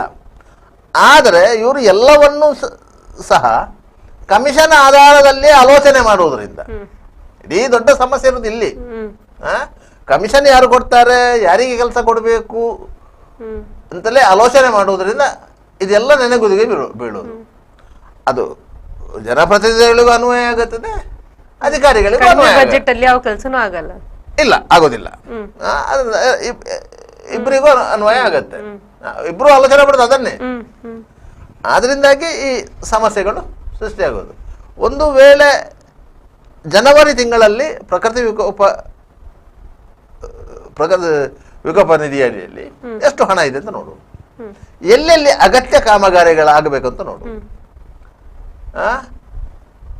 ಅಂತ ಕಾಮಗಾರಿಗಳನ್ನು ಮಾಡೋದು, ಮಾಡಿಸುವುದು. ಎಲ್ಲಿ ಚರಂಡಿ ಹೂಳೆತ್ತಲಿಲ್ಲ, ಎಲ್ಲಿ ಮರದ ಕೊಂಬೆಗಳನ್ನು ಕಡಿಲಿಲ್ಲ. ನಿಮಗೆ ಮುಖ್ಯವಾಗಿ ಮರ ಬೀಳುವಂಥ ಸಮಸ್ಯೆ ಬರುವುದು ಮರದ ಕೊಂಬೆಗಳು ಬೆಳೆಯುವಂಥದ್ದು. ಸಾಮಾನ್ಯವಾಗಿ ನಿಮಗೆ ಮರದ ಕೊಂಬೆಗಳನ್ನು ಮಳೆಗಾಲಕ್ಕೆ ಮುನ್ನ ಕಡಿಯುವಂಥದ್ದು ಪದ್ಧತಿ, ಅದೆಲ್ಲ ಕಡಿತಾ ಇದ್ರು. ಪರಿಸರ ಸಕ್ತರು ಎಲ್ಲರೂ ಕೆಲವರು ಮರ ಕಡಿಲಿಕ್ಕೆ ಆಕ್ಷೇಪ ವ್ಯಕ್ತಪಡಿಸ್ತಾರೆ ಹೊರತು ನೀವು ಕೊಂಬೆ ಕಡಿಲಿಕ್ಕೆ ಅಲ್ಲ. ಆದ್ರೆ ಕೊಂಬೆಯನ್ನು ಕಡಿಯುವ ಮೂಲಕ ಮರವನ್ನು ಕೊಲ್ತೀರಿ ಎನ್ನುವಂತ ಆರೋಪ ಇರುವುದು. ಮರವನ್ನು ಸಾಯಿಸ್ತೀರಿ ನೀವು, ಮರವನ್ನು ಕೊಲ್ತೀರಿ ಅನ್ನುವಂತ ಆರೋಪ ಇರುವಂತದ್ದು. ಆದ್ರೆ ಕೊಂಬೆ ಕಡಿದ್ರೆ ಅದು ಪುನಃ ಮಳೆಗಾಲ ಕಳೆದ ಕೂಡಲೇ ಪುನಃ ಚಿಗುರ್ಲಿಕ್ಕೆ ಆರಂಭ ಆಗುತ್ತೆ. ಅದರಿಂದಾಗಿ ನಿಮ್ಗೆ ಮರವನ್ನು ಕಡಿಯದೆ ಆ ಕೊಂಬೆಗಳನ್ನು ಕಡಿದ ಹೋದ್ರೆ ಮರದ ಮೇಲೆ ಇರುವ ಒತ್ತಡಗಳು ಕಡಿಮೆ ಆಗುತ್ತೆ. ಅದರಿಂದ ಅದು ವಾಲುವುದು, ಬೀಳುವುದು ಎಲ್ಲವೂ ನಿಂತೋಗುತ್ತೆ. ಒಂದು ವೇಳೆ ಒಂದು ಮರ ಬಿತ್ತು ಅಂತ ಇಟ್ಟುಕೊಳ್ಳಿ, ಎಷ್ಟು ಲಾಸ್ ಇದೆ, ಎಷ್ಟು ಸಮಸ್ಯೆ ಇದೆ. ಅದು ಬೀಳುವುದೇ ನಿಮಗೆ ಎಲೆಕ್ಟ್ರಿಕ್ ವೈರ್ನ ಮೇಲೆ. ಒಂದು ಕಡೆಯಲ್ಲಿ ಬಿದ್ದರೆ ಒಂದು 10 ಕಂಬಗಳು ಅಸ್ತಿತ್ವವನ್ನು ಕಳ್ಕೊಳ್ತದೆ. ಆಗ ಅಷ್ಟೂ ಕಂಬಗಳನ್ನು ಪುನಃ ಜೋಡಿಸ್ಬೇಕಾಗುತ್ತೆ, ಅಷ್ಟು ಇದನ್ನು ಮಾಡ್ಬೇಕಾಗುತ್ತೆ. ಆ ಏರಿಯಾದಲ್ಲಿ ಓಡಾಡುವಂತವ್ರಿಗೆ ಕೂಡ ಕಷ್ಟ. ವಿದ್ಯುತ್ ಶಾಕ್ ಆಗಿ ಜೀವಹಾನಿ ಆಗುವ ಸಾಧ್ಯತೆಗಳಿವೆ. ಅದನ್ನೆಲ್ಲ ನೀವು ಜನವರಿ ತಿಂಗಳಲ್ಲಿ ಮಾಡಬೇಕು. ಅದು ಅಧಿಕಾರಿಗಳ ಕರ್ತವ್ಯ. ಅದನ್ನು ಮಾಡೋದಿಲ್ಲ, ಮಾಡದೇ ಇರುವುದೇ ಈ ಸಮಸ್ಯೆಗೆ ಕಾರಣ. ನಿಮ್ಗೆ ಈ ವರ್ಷ ಪಂಪ್ವೆಲ್ ಯಾಕೆ ಸಮಸ್ಯೆ ಆಗ್ಲಿಲ್ಲ ಅಂತ ಹೇಳಿ ಸುರಿಗೆ ಆಲೋಚನೆ ಮಾಡಿ. ಆಗ ನಿಮ್ಗೆ ಚೌಕಿಯಲ್ಲಿ ಯಾಕೆ ಸಮಸ್ಯೆ ಆಗ್ತಿದೆ, ಅಲ್ಲಿ ಯಾಕೆ ಆಗ್ತಾ ಇದೆ ಅಂತ ಆಲೋಚನೆ ಮಾಡಿ. ನೀವು ಎಲ್ಲಿ ಇದು ಮಾಡ್ತೀರಿ ಅಂತ ಹೇಳಿದ್ರೆ, ನೀವು ರಾಜಕಾಲುವೆಯನ್ನು ಒತ್ತುವರಿ ಮಾಡಿಕೊಂಡಂತ ಸ್ಥಳಗಳಲ್ಲಿ ನೀವು ಮುಟ್ಲಿಕ್ಕೆ ಹೋಗ್ಲಿಲ್ಲ. ಕಳೆದ ಬಾರಿ ಅಲ್ಲಿ ಏನಪ್ಪ ಸ್ಕೂಲ್ನ ಅವರು ರಾಜಕಾಲುವೆಯನ್ನು ಒತ್ತುವರಿ ಮಾಡ್ಕೊಂಡಾಗ ಆಗಿನ ಮೇಯರ್ ಅವರು ಸ್ವತಃ ನಿಂತು ಅದನ್ನು ಓಡಿಸಿದ್ರು. ಸ್ವತಃ ನಿಂತು ಅಂತ ಧೈರ್ಯವನ್ನು ತಗೊಳ್ಬೇಕು. ಯಾಕಂದ್ರೆ ಅದು ಏನಪ್ಪ ಸಂಸ್ಥೆ ಅಂದ್ರೆ ದೊಡ್ಡ ಸಂಸ್ಥೆ. ಅಂತ ಸಂಸ್ಥೆ ಎದುರು ನಿಂತು ಸ್ವತಃ ಮೇಯರ್ ನಿಂತು ಓಡಿಸಿದ್ದು. ಅಧಿಕಾರಿಗಳು ಹೊಡಿತಾ ಇರಲಿಲ್ಲ, ಅಧಿಕಾರಿಗಳು ಹೊಡಿತಿರಲಿಲ್ಲ, ಬೇರೆ ಯಾವುದಾದ್ರು ಒತ್ತಡ ಬರ್ತಿತ್ತು. ಅಲ್ಲಿ ಮೇಯರ್ ಅವರು ನಿಂತಿದ್ರು, ಹೊಡೆದ್ರು, ನೀರು ಸರಿಯಾಗಿ ಅದರ ನಂತರ ಅವರ ಕಾಂಪೌಂಡನ್ನು ಅವರು ಸರಿಯಾಗಿ ಕಟ್ಟಿದ್ರು. ಅಲ್ಲಿಗೆ ಒತ್ತುವರಿ ನಿಂತಿತ್ತು. ಇದೇ ರೀತಿಯ ಒತ್ತುವರಿ ಬೇರೆ ಎಷ್ಟು ಕಡೆಗಳಿವೆ, ಅಷ್ಟೂ ಕಡೆಗಳಲ್ಲಿ ನೀವು ಆ ಕಾರ್ಯಾಚರಣೆ ಮಾಡಬೇಕು. ಅದನ್ನು ನೀವು ಒಂದು 3 ತಿಂಗಳ ಮೊದಲು, ಅಟ್ಲೀಸ್ಟ್ ಡಿಸೆಂಬರ್ ಜನವರಿ ಆ ಸಂದರ್ಭದಲ್ಲಿ ಮಾಡಿದ್ರೆ ಮಳೆಗಾಲದ ಸಮಸ್ಯೆ 1 ತಿಂಗಳ ಹಿಂದೆಯೇ ಪರಿಹಾರ ಆಗುತ್ತೆ. ಆದ್ರೆ ಈಗ ನೀವು ಡಿಸೆಂಬರ್ ಜನವರಿ ಅಂತ ಹೇಳಿದ್ರಿ, ಈಗ ಮೇ ಬಂದು ಈಗ ಮೇ ಅರ್ಧ ಮುಗಿತಾ, ಇನ್ನೊಂದು 10 ದಿವಸದಲ್ಲಿ ಮುಗಿತದೆ. ಇವರು ಈ ವರ್ಷವೂ ಸಹ ಮಾಡೋದು ಇಷ್ಟೇ. ಆದ್ರೆ ಈಗಲೇ ರಸ್ತೆಗಳು ಫುಲ್ ಹೊಳೆ ಅಂತ ಆಗಿದೆ, ಅಥವಾ ತಗ್ಗು ಪ್ರದೇಶದ ಜನರ ಒಂದು ಪರಿಸ್ಥಿತಿ ಕೇಳುವರಿಲ್ಲದಂತಾಗಿದೆ. ಇನ್ನೂ ಒಂದು 9 ದಿವಸದಲ್ಲಿ ಶಾಲೆ ಸ್ಟಾರ್ಟ್ ಆಗ್ತದೆ. ಈಗ ನಿನ್ನೆ ಮೊನ್ನೆಯಿಂದ ಸಣ್ಣ ಮಕ್ಕಳಿಗೆ ಏನು ತೊಂದರೆ ಆಗ್ತಿಲ್ಲ, ಮನೆ ರಜೆಯಲ್ಲಿರುವಂತ ಮಕ್ಕಳು. ಈಗ ಇನ್ನು ಶಾಲೆ ಸ್ಟಾರ್ಟ್ ಆದ್ಮೇಲೆ ಸಣ್ಣ ಪುಟ್ಟ ಮಕ್ಕಳು ಓಡಾಡುವಂತ ರಸ್ತೆಯಲ್ಲಿ ಈ ರೀತಿ ಆದ್ರೆ ಹೇಗೆ ಅಂತ. ಶಾಲೆಗೆ ರಜೆ ಕೊಡ್ತಾರೆ ಓಕೆ, ಆದ್ರೆ ಕೆಲವೊಂದು ಸಲ ಪರಿಸ್ಥಿತಿಯಲ್ಲಿ ಹೇಗೆ ಅಂತ ನೋಡಿ. ಮೊದಲಾದ್ರೆ ಮಂಗಳೂರು ನಗರದಲ್ಲಿ ಡಾಮರ್ ರಸ್ತೆಗಳಿದ್ದದ್ದು, ಅದು ತಗ್ಗಿನಲ್ಲೇ ಇತ್ತು. ಅದರ ನಂತರ ಅದನ್ನು ಕಾಂಕ್ರೀಟೀಕರಣ ಮಾಡುವುದಂತ ಇತ್ತು. ಆಗ ಎತ್ತರ ಆಯಿತು. ಸಾಮಾನ್ಯವಾಗಿ ಒಂದೊಂದು ರಸ್ತೆಗಳು 2-2 ಫೀಟ್ ಎತ್ತರ ಆಗಿದೆ. ಆ 2-2 ಫೀಟ್ ಎತ್ತರ ಆದಾಗ ಬದಿಯಲ್ಲಿದ್ದ ಮನೆಗಳು 2-2 ಫೀಟ್ ತಗ್ಗಿಗೆ ಹೋದಾಗೆ ಆಗಿದೆ. ಆದ್ರಿಂದಾಗಿ ರಸ್ತೆಗೆ ಬಿದ್ದಂತ ನೀರು ಹೋಗುವುದು ಆ ಮನೆಗಳಿಗೆ. ಅದರ ಒಟ್ಟಿಗೆ ರಸ್ತೆಯ ಪಕ್ಕದಲ್ಲಿ ಇರುವಂತ ಮಣ್ಣು ಅದರೊಟ್ಟಿಗೆ ಕೊಚ್ಚಿಕೊಂಡು ಹೋಗ್ತದೆ. ಈಗ ಆದ್ಯಪಠ್ಯದಲ್ಲಿ ಏನು ಸಮಸ್ಯೆ ಆಯ್ತಾ ಅವರಿಗೆ ಅದೇ ಸಮಸ್ಯೆ ಆಗೋದು. ಅವರಲ್ಲಿ ಏನು ಸಮಸ್ಯೆ ಆಯ್ತಾ ಇದೇ ಸಮಸ್ಯೆ ಆಗಿರುವುದು. ನೀರಿನೊಟ್ಟಿಗೆ ಮಣ್ಣು ಕೊಚ್ಚಿಕೊಂಡು ಹೋಗುವುದು. ಯಾಕಂತ ಹೇಳಿದ್ರೆ ಮಣ್ಣು ಏನು ಗಟ್ಟಿ ಇರುವುದಿಲ್ಲ, ಅದು ಒಂದ ಮೇಲಿನಿಂದ ಹಾಕಿದ ಮಣ್ಣು ಇರ್ತದೆ, ಫಿಲ್ಲಿಂಗ್ ಮಾಡಿದ ಮಣ್ಣು ಇರ್ತದೆ, ಇದೆಲ್ಲ ಕೊಚ್ಚಿಕೊಂಡು ಹೋಗ್ತದೆ. ಕೊಚ್ಚಿಕೊಂಡು ಹೋಗುವಂತ ಸಂದರ್ಭದಲ್ಲಿ ಅದು ಹೋಗಿ ಮನೆ ಯಾಕಂದ್ರೆ ಮನೆ ಕೆಳ ಇದೆ, ತಗ್ಗು ಪ್ರದೇಶದ ಇದೆ. ಇಲ್ಲಿ ರಸ್ತೆ ಮೇಲೆ ಆದ್ರೆ ಆದ್ಯಪಾಡಿದ್ದು ಪ್ರತಿ ವರ್ಷನೂ ಅದೇ ಸಮಸ್ಯೆ ಆಗ್ತಿದೆ ಅಲ್ಲ ಸರ್? ಆದ್ಯಪಾಡಿದ್ದು ಪ್ರತಿ ವರ್ಷ ಏನಾಗ್ತದೆ, ಹಿಂಬದಿಯಲ್ಲಿ ಏರ್ಪೋರ್ಟ್ ಇದೆ, ಹೊಸ ಏರ್ಪೋರ್ಟ್ ಮಾಡುವಾಗ ಅಲ್ಲಿ ಅಂದ್ರೆ ಅದಕ್ಕೆ ಪರಿಹಾರ ಇಲ್ವಾ ಅಂತ? ಇಲ್ಲ, ಅದಕ್ಕೆ ತಡೆಗೋಡೆ ಕಟ್ಟಬೇಕಂತ ಇತ್ತು, ವಿಮಾನ ನಿಲ್ದಾಣ ಪ್ರಾಧಿಕಾರದವರು ಮಾಡಬೇಕು. ಅಲ್ಲಿ ಸ್ಥಳೀಯ ಪಂಚಾಯತ್ ಅದಕ್ಕೆ ಕ್ರಮ ಕೈಗೊಳ್ಳಬೇಕು. ಯಾಕಂತ ಹೇಳಿದ್ರೆ ಸ್ಥಳೀಯ ಪಂಚಾಯತಿಗೆ ವಿಮಾನ ನಿಲ್ದಾಣ ಪ್ರಾಧಿಕಾರದವರು ಟ್ಯಾಕ್ಸ್ ಕಟ್ತಾ ಇದ್ದಾರೆ. ಆಯ್ತಾ? ಅಲ್ಲಿ ಸ್ಥಳೀಯ ಪಂಚಾಯತ್ ನಡೆಯುವುದೇ ವಿಮಾನ ನಿಲ್ದಾಣ ಪ್ರಾಧಿಕಾರದವರು ಕಟ್ಟುವಂತ ಟ್ಯಾಕ್ಸಿನ ಮೇಲೆ. ಆ ಟ್ಯಾಕ್ಸಿನ ಹಣದಿಂದ ಅವರು ಅದನ್ನು ಕಾಮಗಾರಿಯನ್ನು ನಿರ್ವಹಿಸಬೇಕಿತ್ತು. ಇಲ್ಲದೆ ಪ್ರಾಧಿಕಾರಕ್ಕೆ ಒಂದು ನೋಟಿಸ್ ಕೊಡುವುದು. ವಿಮಾನ ನಿಲ್ದಾಣ ಪ್ರಾಧಿಕಾರಕ್ಕೆ ಒಂದು ನೋಟಿಸ್ ಕೊಟ್ರೆ ಪಂಚಾಯತ್ನಿಂದ ಅವರು ಕ್ರಮ ಕೈಗೊಳ್ತಾರೆ. ಆದ್ರೆ ಈ ಪಂಚಾಯತ್ನ PDO ಆಗಲಿ, ಕಾರ್ಯದರ್ಶಿ ಆಗಲಿ, ಅವರ ಅಧ್ಯಕ್ಷರಾಗಲಿ ಯಾರು ಸಹ ಹೋಗಿ ವಿಮಾನ ನಿಲ್ದಾಣದ ಅಧಿಕಾರಿಗಳೊಟ್ಟಿಗೆ ಮಾತನಾಡುವಂತ ಇದನ್ನು ಸಾರ್ವಜನಿಕ ಅಂದ್ರೆ ಅವ್ರ ಮನೆಯವ್ರು ಹೇಳ್ದಾಗೆ ನಮ್ಗೆ ಮಾತಾಡ್ಬೇಕು ಅಂತ ಗೊತ್ತಾಗಲ್ಲ. ನೀವು ಅಲ್ಲಿ ಗೇಟ್ ನ ಒಳಗೆ ಹೋಗ್ಲಿಕ್ಕೆ ಬಿಡಲ್ಲ. ಆದ್ರೆ ಪಂಚಾಯತಿಂದ 5,000 ರೂಪಾಯಿ ಪರಿಹಾರ ಸಿಗ್ತದೆ. ಆದ್ರೆ ಜೀವಹಾನಿ ಆದ್ರೆ 5 ಲಕ್ಷ ಕೊಡ್ತಾನೆ ಅಷ್ಟೇ. ಅಲ್ಲಿ ಅಷ್ಟೇ ಮಾಡ್ಕೊಂಡು ಇದು ಮಾಡುದು. ಅದಕ್ಕೊಂದು ಪರಿಹಾರ, ಅದಕ್ಕೊಂದು ಪರ್ಮನೆಂಟ್ ಸೊಲ್ಯೂಷನ್ ಏನಿದೆ ಅದನ್ನು ಆಲೋಚನೆ ಮಾಡುವುದಿಲ್ಲ. ಅದು ಯಾರು ಮಾಡಬೇಕು? ವಿಮಾನ ನಿಲ್ದಾಣ ಪ್ರಾಧಿಕಾರದವರೇ ಮಾಡ್ಬೇಕು ಅದನ್ನು. ಆದ್ರಿಂದ ಅವ್ರಿಗೆ ಒಂದು ನೋಟಿಸ್ ಕೊಟ್ರೆ ಅಲ್ಲಿಂದ ಯಾರಾದ್ರೂ ಒಬ್ರು ಸ್ಥಳೀಯ ಆಡಳಿತದಿಂದ ಒತ್ತಡ ಬೀಳ್ಬೇಕು. ಒತ್ತಡ ಬೀಳದಿದ್ರೆ ಅಧಿಕಾರಿಗಳು ಕೇವಲ ನಾವು ಮಳೆಗಾಲದಲ್ಲಿ ಮಾತ್ರ ಹೋಗಿ ಅವ್ರ ಹತ್ರ ಮಾತಾಡೋದಲ್ಲ, ಅದಕ್ಕಿಂತ ಮುಂಚೆ ಮಾತಾಡಿ ಅದಕ್ಕೊಂದು ವ್ಯವಸ್ಥೆ ತಡೆಗೋಡೆ ಕಟ್ತೇವೆ ಅಂತ ಹೇಳಿದ್ದಾರೆ, ನೀವು ಯಾಕೆ ಕಟ್ಟಲಿಲ್ಲ ಅಂತ ಹೇಳ್ಬೇಕು, ಕಟ್ಟಿಸ್ಬೇಕು ಅವ್ರ ಹತ್ರ. ಇಲ್ಲಾಂದ್ರೆ ಅದರ ಎಷ್ಟು ಎಸ್ಟಿಮೇಟ್ ಆಗ್ತದೆ ಅದನ್ನು ಇವರು ಮಾಡಬೇಕು, ಅವರಿಂದ ಭರಿಸ್ಲಿಕ್ಕೆ ಹೇಳಬೇಕು. ಬೇರೆ ಬೇರೆ ನಿಧಿಗಳಿರ್ತವೆ, ಫಂಡ್ ಇರ್ತದೆ, ಆ ಫಂಡಲ್ಲಿ ಮಾಡಿಸ್ಬೇಕು. ಆ ರೀತಿಯಾಗಿ ಮಾಡಿಸ್ಬೇಕು. ಅದನ್ನು ಮಾಡಲಿಲ್ಲ, ಇದು ಪಂಚಾಯತ್ ಅಧಿಕಾರಿಗಳ ಮಿಸ್ಟೇಕು. ಈಗ ಬೆಂಗಳೂರು ನಗರದಲ್ಲಿ ಹೇಗೆ ನಮಗೆ ಮಹಾನಗರ ಪಾಲಿಕೆ ಅಧಿಕಾರಿಗಳ ಮಿಸ್ಟೇಕ್ಗಳು ಕಾಣ್ತಾ ಇದೆ, ಅದೇ ರೀತಿ ಬೇರೆ ಕಡೆಗಳಲ್ಲೂ ಅದೇ ರೀತಿ ಆಗಿದೆ. ಈಗ ಉಡುಪಿಯಲ್ಲಿ ಭಾರಿ ದೊಡ್ಡ ಅನಾಹುತ ಆಗಿದೆ. ಅಂತ ಅನಾಹುತ ಕ್ರಿಯೇಟ್ ಆದ್ದೇನು, ಅಲ್ಲಿ ರಾಷ್ಟ್ರೀಯ ಹೆದ್ದಾರಿ ಹೋಗ್ತಾ ಇದೆ, ಮಲ್ಪೇಟು ಆಗೊಂಬೆ ರಾಷ್ಟ್ರೀಯ ಹೆದ್ದಾರಿ ಕೆಲಸ ಆಗಿದೆ. ಆಗ ಏನ್ ಮಾಡಿದ್ದಾರೆ, ರಸ್ತೆ ಅಗಲೀಕರಣ ಮಾಡಲಿಕ್ಕೆ ಅಕ್ಕಪಕ್ಕದ ಗುಡ್ಡಗಳನ್ನೆಲ್ಲ ಜರಿಸಿದ್ದಾರೆ. ನಿಮಗೆ ಒಂದು ಎಲ್ಲರೂ ಆಲೋಚನೆ ಮಾಡ್ಬೇಕು ಅದನ್ನು. ಈ ಗುಡ್ಡ ಅನ್ನು ಕಟ್ ಮಾಡ್ತಾರೆ. ಯಾವ್ದ್ರಲ್ಲಿ ಕಟ್ ಮಾಡ್ತಾರೆ? ನೀವು ಮೊದಲು ಮಾನವ ಶ್ರಮದ ಮೂಲಕ ಕಟ್ ಮಾಡ್ತಾ ಇದ್ದದ್ದು, ಏನಾಗ್ತಿರಲ್ಲ ಗುಡ್ಡಕ್ಕೆ. ಯಾವಾಗ ನೀವು ಪ್ರೊಕ್ಲೈನ್ ಅನ್ನು JCB ಅನ್ನು ತರಿಸಿಕೊಂಡು ಗುಡ್ಡ ಜರಿಸಲಿಕ್ಕೆ ಆರಂಭ ಮಾಡಿದ್ರು, ಆಗ ಅದಕ್ಕಿಂತ ಆಚಿನ ಪ್ರದೇಶ ಇದೆ ಆ ಮಣ್ಣು ಬಿರುಕು ಬಿಡ್ಲಿಕ್ಕೆ ಸಾಧ್ಯ. ಇದರ ಪ್ರೆಷರಿಗೆ ಇದು ಅರ್ಥವಾಗುದಿಲ್ಲ ನಮ್ಗೆ. ಈಗ ನಿಮಗೆ ಕೆತ್ತಿಕಲ್ಲಿನ ದುರಂತ ಆದದ್ದು ಅದೇ ಕಾರಣಕ್ಕಾಗಿ. ಈ ಹಿಂದೆ ಬೇರೆ ಬೇರೆ ಕಡೆಯಲ್ಲಿ ದುರಂತ ಆದ್ದು, ಶಿರೂರು ದುರಂತ ಆದ್ದು ಅದೇ ಕಾರಣಕ್ಕೆ. ಒಂದು ಕಡೆಯಿಂದ ಗುಡ್ಡವೇ ಜರಿದು ಕೆಳಗೆ ಬಂತಂದ್ರೆ ಗುಡ್ಡದ ಮಣ್ಣು ಸಡಿಲ ಆಯ್ತು ಅಂತ ಅರ್ಥ. ಸಡಿಲ ಮಾಡಿದ್ಯಾರು? ನೀವು ಅದಕ್ಕೆ ಪ್ರೊಕ್ಲೈನ್ ಹಾಕಿಯೋ JCB ಅನ್ನು ನುಗ್ಗಿಸಿಯೋ ಅದನ್ನು ಗೆಬರಿದ್ದು. ಇದರಿಂದಾಗಿ ಅದು ಮಣ್ಣು ಸಡಿಲ ಆಗ್ತಾ ಹೋಯ್ತು. ಅದಕ್ಕೆ ನೀರು ಬಂದು ಬಿತ್ತು, ನೀರು ಬಂದು ಬಿತ್ತು. ಅದು ಅಲ್ಲಲ್ಲಿ ಸಡಿಲ ಆಗ್ತಾ ಹೋಯ್ತು, ಒಟ್ಟಿಗೆ ಏರ್ಕೊಂಡು ಬಂತು. ಎಲ್ಲಿಗೆ ಬಂದು ಬೀಳುದು? ಕೆಳಗಿರುವ ರಸ್ತೆಗೆ ಬೀಳುದು, ಇಲ್ಲದೆ ಕೆಳಗಿರುವ ಮನೆಗೆ ಬೀಳುದು. ಇಷ್ಟೇ ಆದದ್ದು. ನಾವೇ ಮಾಡಿದ ತಪ್ಪಿಗೆ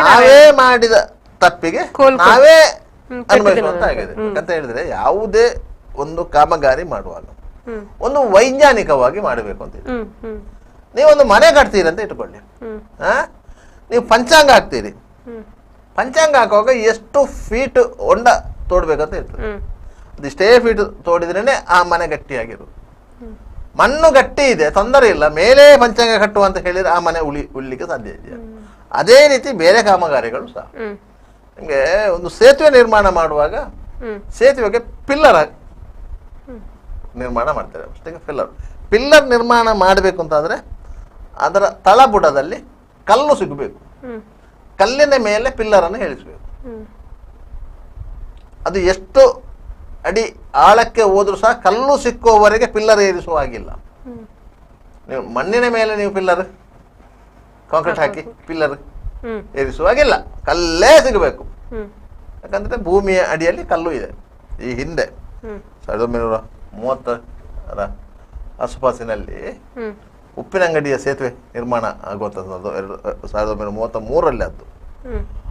ಆ ಸೇತುವೆಯ ಒಂದು ಪಿಲ್ಲರ್ ಅನ್ನು ಸ್ಪಾನ್ಸರ್ ಮಾಡಿದವರು ಸಕಲೇಶ್ಪುರ ಕಡೆಯದ್ದು ಕಾಫಿ ಪ್ಲಾಂಟರ್ ಒಬ್ರು, ಸಾಕಮ್ಮ ಅಂತ ಹೇಳಿ ಅವರ ಹೆಸರಂತೆ.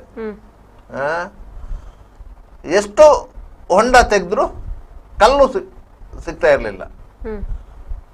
ಆಗ ಕೆಲಸಗಾರರು ಹೇಳಿದ್ರಂತೆ ಇಲ್ಲಿ ಕಲ್ಲು ಸಿಗುವುದಿಲ್ಲ, ಇದು ಇನ್ನು ಇಷ್ಟು ಹೊಂಡ ತೋಡಿದ್ದೇವೆ, ಇನ್ನು ಕಲ್ಲು ಸಿಕ್ಕುವುದಿಲ್ಲ, ನಾವು ಅದಕ್ಕೆ ಮರಳಿನ ಚೀಲಗಳನ್ನು ಹಾಕಿ ಅದರ ಮೇಲೆ ಪಿಲ್ಲರನ್ನು ಎಬ್ಬಿಸಬಹುದು ಅಂತ. ಆಗ ಸಾಕಮ್ಮ ಹೇಳಿದ್ರಂತೆ. ಇದು 10 ವರ್ಷ 3 ವರ್ಷ 15 ವರ್ಷಕ್ಕೆ ಬಾಳಿಕೆ ಬರುವಂತ ಸೇತುವೆ ಅಲ್ಲ, ನೂರಾರು ವರ್ಷ ಬಾಳಿಕೆ ಬರಬೇಕು. ಮನುಷ್ಯನ ದೇಹದ ಒಳಗೆ ಹೇಗೆ ಮೂಳೆಗಳು ಇರ್ತಾವೋ ಅದೇ ರೀತಿ ಪ್ರಕೃತಿಯ ಅಡಿಯಲ್ಲೂ ಕಲ್ಲುಗಳು ಇರಲೇಬೇಕು. ಅದು ಕಲ್ಲು ಸಿಕ್ಕುವವರೆಗೆ ಅಗಿಬೇಕು ಅಂತೇಳಿ ಹಾಗೆ ಅಗ್ದು ಕಲ್ಲು ಸಿಕ್ಕಿದ ಮೇಲೆ ಅದಕ್ಕೆ ಪಿಲ್ಲರ್ ಕಟ್ಟಿದ್ದು. ಈಗ ಆಧುನಿಕ ತಂತ್ರಜ್ಞಾನ ಬಂದಿದೆ, ನೇರವಾಗಿ ಒಂದು ಕಂಬ ಇಳಿಸ್ತಾರೆ. ಕಂಬ ಇಳಿಸಿ ಎಷ್ಟು ಅಡಿಯಲ್ಲಿ ಕಲ್ಲು ಇದೆ ಅಂತ ನೋಡ್ತಾರೆ, ಕಲ್ಲನ್ನು ಕೊರೀತಾರೆ, ಅಲ್ಲಿಂದ ಪಿಲ್ಲರ್ ಎಬ್ಬಿಸ್ಕೊಂಡು ಬರ್ತಾರೆ. ನಿಮ್ಗೆ ಈಗ ಮೊದಲಾದ್ರೆ ಒಂದು ಸೇತುವೆ ನಿರ್ಮಾಣಕ್ಕೆ 5 ವರ್ಷ 10 ವರ್ಷ ಎಲ್ಲ ಆಗ್ತಾ ಇತ್ತು. ಈಗ ಒಂದೇ ವರ್ಷದಲ್ಲಿ ಸೇತುವೆ ನಿರ್ಮಾಣ ಆಗುತ್ತೆ. ಹೊಸ ತಂತ್ರಜ್ಞಾನದಲ್ಲಿ ಮಾಡ್ಲಿಕ್ಕೆ ಸಾಧ್ಯ ಆಗುತ್ತೆ. ಯಾಕಂದ್ರೆ ನೀರಿನ ಅಡಿಯಲ್ಲಿ ಮೆಷಿನರಿ ಮೂಲಕವೇ ಇದು ಮಾಡುವಂತ ವ್ಯವಸ್ಥೆ ಬಂದಿದೆ. ಅದರಿಂದ ಆ ರೀತಿಯಾಗಿ ಮಾಡ್ತಾರೆ. ಅದನ್ನು ಅದೇ ತಂತ್ರಜ್ಞಾನವನ್ನು ನೀವು ಈ ವಿಚಾರಕ್ಕೆ ತರುವಾಗಿಲ್ಲ. ಆದ್ರೆ ನಿಮ್ಗೆ ಅದರ ಅನುಭವ ಇರಬೇಕು, ಈ ರೀತಿಯಾಗಿ ಮಾಡಬೇಕು ಅಂತೇಳಿ. ನೀವು ಡಿಸೆಂಬರ್ ಜನವರಿ ಆ ಹಂತದಲ್ಲಿ ನೀವು ರಸ್ತೆ ಬದಿಯ ತೋಡುಗಳನ್ನು ಕ್ಲೀನ್ ಮಾಡದೇ ಇದ್ರೆ, ನೀರು ಹೋಗ್ಲಿಕ್ಕೆ ಅವಕಾಶಗಳನ್ನು ಮಾಡಿಕೊಡದೇ ಇದ್ರೆ ಇಂಥ ಸಮಸ್ಯೆಗಳು ಕ್ರಿಯೇಟ್ ಆಗುತ್ತೆ. ಸರ್, ಈಗ ಆಲ್ರೆಡಿ ಮಂಗಳೂರು ಪಾಲಿಕೆ ವ್ಯಾಪ್ತಿಯಲ್ಲಿ ಅದು ತುಂಬಾ ಸಮಸ್ಯೆಗಳಿದೆ. ಆದ್ರೆ ಈ ಸಮಸ್ಯೆಯನ್ನು ನಾವೀಗ ಹೇಳ್ಬೇಕು ಅಂತೇಳಿ ಈಗ ಪಾಲಿಕೆಯಲ್ಲಿ ಕಾರ್ಪೊರೇಟರ್ಗಳ ಅವಧಿ ಕೂಡ ಮುಕ್ತಾಯಗೊಂಡಿರುವಂತದ್ದು. ಈಗ ಈ ಒಂದು ಸಮಸ್ಯೆಗೆ ತಾತ್ಕಾಲಿಕವಾಗಿ ಆದ್ರೂ ಪರಿಹಾರ ಕಾಣ್ಬೇಕು ಅಂತ ಹೇಳಿದ್ರೆ ಯಾರ ಹತ್ರ ಮಾತಾಡುತ್ತೋ, ಹೇಗೆ ಪರಿಹಾರ ಕಾಣ್ತದೆ? ನೋಡಿ, ಮಹಾನಗರ ಪಾಲಿಕೆ ಈಗ ಆಡಳಿತಾಧಿಕಾರಿಗಳ ಕೈಯಲ್ಲಿದೆ, ಜಿಲ್ಲಾಧಿಕಾರಿಗಳು ಅದರ ಆಡಳಿತಾಧಿಕಾರಿಗಳು. ಆಯ್ತಾ? ಹಾಗೆ ಜಿಲ್ಲಾಧಿಕಾರಿಗಳ ಗಮನಕ್ಕೆ ತರಬೇಕು ಒಂದು. ಎರಡನೇದು, ಮಹಾನಗರ ಪಾಲಿಕೆ ಆಯುಕ್ತರಿದ್ದಾರೆ, ಅಲ್ಲಿ ಕಂದಾಯ ಇಲಾಖೆಯ ಅಧಿಕಾರಿಗಳಿದ್ದಾರೆ, ಅವರ ಗಮನಕ್ಕೆ ತರಬೇಕು. ಆದ್ರೆ ಅಷ್ಟೋ ಮಂದಿಯ ಗಮನಕ್ಕೆ ತರಬೇಕು ಅಂತಾದ್ರೆ ನೀವು ಸಂಘಟಿತರಾಗಬೇಕು ಸ್ಥಳೀಯವಾಗಿ. ಇಲ್ಲದಿದ್ದರೆ ಸ್ಥಳೀಯ ಜನಪ್ರತಿನಿಧಿ ಯಾರಿದ್ರು, ಅದು ಕಾರ್ಪೊರೇಟರ್ ಇರ್ಬೋದು, ಬೇರೆ ಯಾರಾದಲ್ಲಿ ಮಾಜಿ ಕಾರ್ಪೊರೇಟರ್ ಇರ್ಬೋದು, ಶಾಸಕರು ಇರ್ಬೋದು, ಯಾರನ್ನಾದ್ರೂ ನೇರವಾಗಿ ಸಂಪರ್ಕ ಮಾಡಿ ಅವರಿಂದ ಅಧಿಕಾರಿಗಳನ್ನು ಸಂಪರ್ಕ ಮಾಡಿ ಅವರ ಮೇಲೆ ಒತ್ತಡ ತರಬೇಕು. ನಿಮಗೆ ಇಲ್ಲಿ ಸಮಸ್ಯೆ ಆಗುವುದೇನೆಂದ್ರೆ ಅಲ್ಲಿ ಒತ್ತಡ ತರಬೇಕು. ಒತ್ತಡ ಯಾವುದೇ ಕೆಲಸ ಕಾರ್ಯ ಮಾಡಬೇಕು ಅಂತಂದ್ರೆ ಅದಕ್ಕೆ ಹಣಕಾಸಿನ ನೆರವು ಬೇಕಾಗತ್ತೆ. ಒಂದು ಸರ್ಕಾರಿ ಕೆಲಸ ಅಂತ ಹೇಳಿದ್ರೆ ದೇವರ ಕೆಲಸ ಅಂತ ಒಂದು ಲೆಕ್ಕ ಇದೆ. ಆದ್ರೆ ದೇವರ ಕೆಲಸ ಮಾಡಬೇಕು ಅಂತಂದ್ರೆ ಪೂಜಾರಿಗೆ ಕಾಣಿಕೆ ಕೊಡಬೇಕು ಅಂತ ಇದೆ. ಈ ರೀತಿಯ ವ್ಯವಸ್ಥೆ ಇರೋದು. ಆದ್ದರಿಂದ ಅದಕ್ಕೆ ಹಣಕಾಸಿನ ನೆರವು ಬೇಕಾಗ್ತದೆ. ಹಣಕಾಸನ್ನು ಎಲ್ಲಿಂದ ಹೊಂದಿಸುವುದು ಅಂತ ಹೇಳಿ ಗೊತ್ತಿರುವುದು ಅಧಿಕಾರಿ ವರ್ಗಕ್ಕೆ ಮಾತ್ರ. ಯಾವ ನಿಧಿಯಿಂದ ಇದನ್ನು ಭರಿಸಬಹುದು ಅಂತ ಹೇಳಿ, ಯಾವ ನಿಧಿಯಿಂದ ಭರಿಸಬಹುದು ಅಂತ ಅವರು ತೀರ್ಮಾನ ಮಾಡಿದ್ರೆ, ಈಗ ಜಿಲ್ಲಾಧಿಕಾರಿ ತೀರ್ಮಾನ ಮಾಡೋದು, ಅವರು ಪ್ರಕೃತಿ ವಿಕೋಪ ನಿಧಿಯಿಂದ ಇಷ್ಟು ಲಕ್ಷ ರೂಪಾಯಿ ರಿಲೀಸ್ ಮಾಡ್ಬೋದು, ನೀವು ಕೆಲಸ ಮಾಡಿ ಕಾಂಟ್ರಾಕ್ಟ್ಗೆ ಹೇಳ್ಬೋದು, ಮಾಡಿ ಬಿಲ್ ಕೊಡಿ, ನಾವು ಇಂಥ ನಿಧಿ. ಅವರು ಕಾಂಟ್ರಾಕ್ಟ್ಗಳ ಮೇಲೆ ಒತ್ತಡ ಏರಿ ಕೆಲಸ ಮಾಡಿಸಿದರೆ ಅವ್ರಿಗಿನ್ನು 3 ವರ್ಷ ಆ ಬಿಲ್ಲು ಬರೋದಿಲ್ಲ. ಆ ಬಿಲ್ಲು ಬರುವಂಥ ಸಂದರ್ಭದಲ್ಲಿ ಒಂದು ವೇಳೆ ಬಿಲ್ ಬರ್ತದಂತಾಗ ಆಗ ಮಹಾನಗರ ಪಾಲಿಕೆ ಆಡಳಿತ ವರ್ಗ ಬದಲಾವಣೆ ಆಗಿರ್ತದೆ, ಕಾರ್ಪೊರೇಟರ್ಗಳು ಬದಲಾವಣೆ ಆಗಿರ್ತಾರೆ. ಈಗಿನ ಕಾರ್ಪೊರೇಟರ್ಗಳು ಆ ಸಂದರ್ಭ ಇರ್ಲಿಕ್ಕೆ ಸಾಧ್ಯತೆ ಕಡಿಮೆ. ಅದರಿಂದ ಅದೆಲ್ಲ ಬದಲಾವಣೆಗಳಾಗಿರ್ತದೆ. ಆದ್ರಿಂದಾಗಿ ಅವರಿಗೆ ಸಹ ಆ ಹಿಂಜರಿಕೆ ಇದೆ, ಕೆಲಸ ಮಾಡಿದರೆ ಬಿಲ್ ಬರಲಿಕ್ಕಿಲ್ಲ ಅಂತೇಳಿ. ಆದ್ರಿಂದ ಯಾರು ಮುಂದೆ ಬರೋದಿಲ್ಲ. ಇಂತಹ ಸಂದರ್ಭದಲ್ಲಿ ಸಾರ್ವಜನಿಕರು ಅಧಿಕಾರಿಗಳ ಮೇಲೆ ಒತ್ತಡ ಇರಬೇಕು, ಅಧಿಕಾರಿಗಳ ಮೇಲೆ ಒತ್ತಡ ಇರಬೇಕು. ಜಿಲ್ಲಾಧಿಕಾರಿಗಳಿಗೆ ಇದಕ್ಕೆ ಒಂದು ಪರಿಹಾರವನ್ನು ಹುಡುಕಬೇಕು. ಅವ್ರಿಗೆ ಗೊತ್ತಿದೆ ಹೇಗೆ ಪರಿಹಾರ ಹುಡುಕುವುದು ಅಂತೇಳಿ. ಅಧಿಕಾರಿಗಳಿಗೆ ಗೊತ್ತಿಲ್ಲದ ಏನಿಲ್ಲ. ಎಸ್ ಅಧಿಕಾರಿಗಳಂದ್ರೆ ಭಾರಿ ಬುದ್ಧಿವಂತರೇ. ಅವರಿಗೆ ಎಲ್ಲ ಸಮಸ್ಯೆಗಳನ್ನು ಸೃಷ್ಟಿ ಮಾಡೋದು ಗೊತ್ತು ಮತ್ತು ಆ ಸಮಸ್ಯೆಗಳನ್ನು ಪರಿಹಾರ ಮಾಡೋದು ಗೊತ್ತಿಲ್ಲದೆ ಏನಿಲ್ಲ. ಆದರೆ ಇಂತಹ ಸಮಸ್ಯೆಗಳು ಇದು ಪ್ರಕೃತಿ ವಿಕೋಪದಂತಹ ಸಮಸ್ಯೆಗಳು, ಜನಸಾಮಾನ್ಯರು ನಿತ್ಯ ಅನುಭವಿಸುವಂತ ಯಾತನೆ ಇದು. ಇದು ಕನಿಷ್ಠ ಇನ್ನೊಂದು 3 ತಿಂಗಳು ಈ ಸಮಸ್ಯೆ ಇದೆ. ಅದೇ ಮಳೆಗಾಲ ಮುಗಿಯುವುದು ಯಾವಾಗ ನಿಮಗೆ ಸಾಧಾರಣವಾಗಿ ಆಗಸ್ಟ್ ಸೆಪ್ಟೆಂಬರ್ ಸಮಯದಲ್ಲಿ. ಅದೇ ಜೂನ್ ಮತ್ತು ಜುಲೈಯಲ್ಲಿ ಆ 2 ತಿಂಗಳಲ್ಲಿ ನೀವು ವಿಪರೀತ ಮಳೆಯಿಂದಾಗಿ ಇಂಥ ಸಮಸ್ಯೆಯನ್ನು ಸೃಷ್ಟಿಸುವುದು. ಆ ಸಂದರ್ಭದಲ್ಲಿ ಕೆಲಸ ಮಾಡಲಿಕ್ಕೆ ಕಾರ್ಮಿಕರು ಸಿಗುವುದಿಲ್ಲ, ಕೆಲಸ ಮಾಡಲಿಕ್ಕೆ ಸಾಧ್ಯವಾಗುವುದಿಲ್ಲ. ಇಂಥ ಈಗ ಪೂರ್ವ ಮುಂಗಾರು ಮಳೆಗೆ ಈ ರೀತಿಯ ಪರಿಸ್ಥಿತಿ ಆಗಿದೆ. ಆದ್ರೆ ನೇರ ಮುಂಗಾರು ಎಂಟ್ರಿ ಆದ ಮೇಲೆ ಅಂತ ಪರಿಸ್ಥಿತಿ ಬರ್ತದೆ. ಈ ಹಿಂದೆ ಎಲ್ಲ ನೆರೆ ಬರ್ತಾ ಇತ್ತು. ಇತ್ತೀಚಿನ ಸಮಯಗಳಲ್ಲಿ ನೆರೆ ಬರುವುದು ಕಡಿಮೆ ಆಗಿದೆ, ಗೊತ್ತಾ? ನಮಗೆ 1974 ನೆರೆಯನ್ನೆಲ್ಲ ನಾವು ನೋಡಿ ಬಂದವರು. ಆದ್ರಿಂದಾಗಿ ಅದರ ನಂತರದ ನೆರೆ ಕಡಿಮೆ ಆಗಿದೆ. ಯಾಕಂತ ಹೇಳಿದ್ರೆ ಹೊಳೆ ಅಗಲ ಆಗಿದೆ, ನೀರು ಹರಿದು ಹೋಗ್ಲಿಕ್ಕೆ. ಹೊಳೆ ಅಗಲ ಆದ್ದೇನು ಯಾರಾದ್ರು ಅಗಲ ಮಾಡಿದ್ದ ಅಲ್ಲ, ಹೊಳೆ ನೀರೇ ಬದಿಯ ಮಣ್ಣನ್ನು ಕೊರೆದದ್ದು. ಬದಿಯ ಮಣ್ಣನ್ನು ಕೊರೆದು ಅದು ಅಗಲ ಆಗ್ತಾ ಹೋಗುದು. ಆದ್ರೆ ನೀರು ಸರಾಗವಾಗಿ ಅದು. ಅದೇ ಪರಿಸ್ಥಿತಿ ಇಲ್ಲಿ ತೋಡಿನಲ್ಲಿಲ್ಲ, ರಾಜಕಾಲುವೆಯಲ್ಲಿಲ್ಲ. ನೀವು ಆ ಕಡೆ ಈ ಕಡೆ ಒಂದ ಕಾಂಕ್ರೀಟ್ ಅಲ್ಲಿ ಕಟ್ಟಿದ್ದೀರಿ, ಇಲ್ಲದ್ರೆ ಕಲ್ಲು ಕಟ್ಟಿದ್ದೀರಿ, ಇಲ್ಲದ್ರೆ ಅದು ಕೊರೀತದೆ. ನೀವು ಆ ರೀತಿ ಕೊರೆಯುವುದು ಅಂತ ಇದ್ರೆ ನಿಮಗೆ ಪಂಪ್ವೆಲ್ನ ಇಂದಿನ ಹೋಟೆಲ್ನ ಬಿಲ್ಡಿಂಗು ಇಷ್ಟೊತ್ತಿಗೆ ಕೊರೆದು ಹೋಗ್ಬೇಕಿತ್ತು. ಕಲ್ಲು ಕಟ್ಟಿದ್ದಾರೆ, ಅದರಿಂದಾಗಿ ನೀರು ಹರಿದು ಹೋಗ್ತಾ ಇದೆ. ಅಲ್ಲಿಗೆ ನೀರು ಫ್ಲೋ ಬರಬೇಕು, ಅಲ್ಲಿಂದ ಮುಂದಕ್ಕೆ ಹೋಗ್ಬೇಕು. ಅದು ಹೋಗಿ ನಿಮಗೆ ಜಫ್ನಾವರೆಗೆ ಹೋಗಿ ಸೇರಬೇಕು. ಅಲ್ಲಿ ಅಡೆತಡೆ ಆಗುವಾಗಲೇ ಅದು ನೀರು ರಸ್ತೆಗೆ ನುಗ್ಗಿದ್ದು. ಪಂಪೆಲಲ್ಲಿ ಸಮಸ್ಯೆ ಅದು, ಯಾಕಂದ್ರೆ ನೀರು ಹೋಗ್ಲಿಲ್ಲ, ಇಲ್ಲಿ ರಸ್ತೆಗೆ ಬಂತು. ಅಲ್ಲಿ ಒತ್ತುವರಿಯನ್ನು ತೆರವು ಮಾಡಿದಾಗ ನೀರು ಸರಾಗವಾಗಿ ಫ್ಲೋ ಆಯಿತು. ಇಂಥ ಸಮಸ್ಯೆ. ಈಗ ಇನ್ನೊಂದು ಸಮಸ್ಯೆ ನಿಮಗೆ ಈ ಮಳೆಗಾಲದಲ್ಲಿ ಸೃಷ್ಟಿಯಾಗೋದು ನಿಮಗೆ ನಂತೂರು ಸರ್ಕಲಲ್ಲಿ. ನಂತೂರು ಸರ್ಕಲಲ್ಲಿ ಫ್ಲೈಓವರ್ ಆಗ್ತಾ ಇದೆ. ಫ್ಲೈಓವರ್ನ ಕೆಲಸಗಳು ಆಗುವಾಗ ನಿಮಗೆ ಹೈವೇವನ್ನು ನೀವು ಬಂದ್ ಮಾಡುವಾಗಿಲ್ಲ. ಆದರೆ ನೀವು ಅಲ್ಲಿಗೆ ಸರ್ವಿಸ್ ರೋಡ್ ಅಂತ ಕೊಡಬೇಕು. ಅದಕ್ಕೆ ಅದರ ಕೆಲಸ ಆಗ್ತಾ ಇದೆ. ಅದಕ್ಕೆ ಮಣ್ಣು ಹಾಕಿ ಇಟ್ಟಿದ್ದಾರೆ. ಅದು ಅಲ್ಲೆಲ್ಲ ಕೊಡ್ತಾ ಇದೆ. ಇಲ್ಲೊಂದು ಮೇವು ಹಾಕಿ ಅರಣ್ಯವನ್ನು ಶಿಫ್ಟ್ ಮಾಡಬಾರ್ದು ಅಂತೇಳಿ ಒಂದು ಯಾರೋ ಹಸಿರು ಬಿಟ್ಟಕ್ಕೆ ಏನೋ ಕೇಸ್ ಹಾಕಿದ್ದಾರೆ. ಅದರಿಂದಾಗಿ ಅದು ಕುಣ್ತಾ ಇದೆ. ಈಗ ಅಲ್ಲಿ ಕೇವಲ ಒಂದು 5% ಕೆಲಸ ಆಗಿದೆ. ಆ ಕೆಲಸವೂ ಸಹ ಈಗ ಈ ಮಳೆಗಾಲದಲ್ಲಿ ಕೊಚ್ಚಿಕೊಂಡು ಹೋಗ್ತದೆ. ಆದ್ರಿಂದ ಅಲ್ಲಿನ ಮಣ್ಣು ನೇರ ಹೋಗಿ ನಿಮಗೆ ಬೀಳುವುದು ಇಲ್ಲಿಗೆ, ಪುನಃ ಆ ರೋಡಿಗೆ. ನೀವು ನಂತೂರು ಸರ್ಕಲ್ ಅಲ್ಲಿ ಈಚೆಗೆ ವಿಗರಗಡೆ ಸೈಡಿಗೆ ಬರುದಾಗಲಿ, ಆ ಕಡೆಗೆ ಮೂಡಬಿದ್ರೆ ಸೈಡಿಗೆ ಹೋಗುವಾಗಲೂ ಈ ಮಣ್ಣು ಬಂದು ಅಲ್ಲಿ ರಸ್ತೆಯಲ್ಲಿ ಬ್ಲಾಕ್ ಆಗುತ್ತೆ. ಇದರ ಪರಿಣಾಮ ಏನಾಗ್ತದೆ?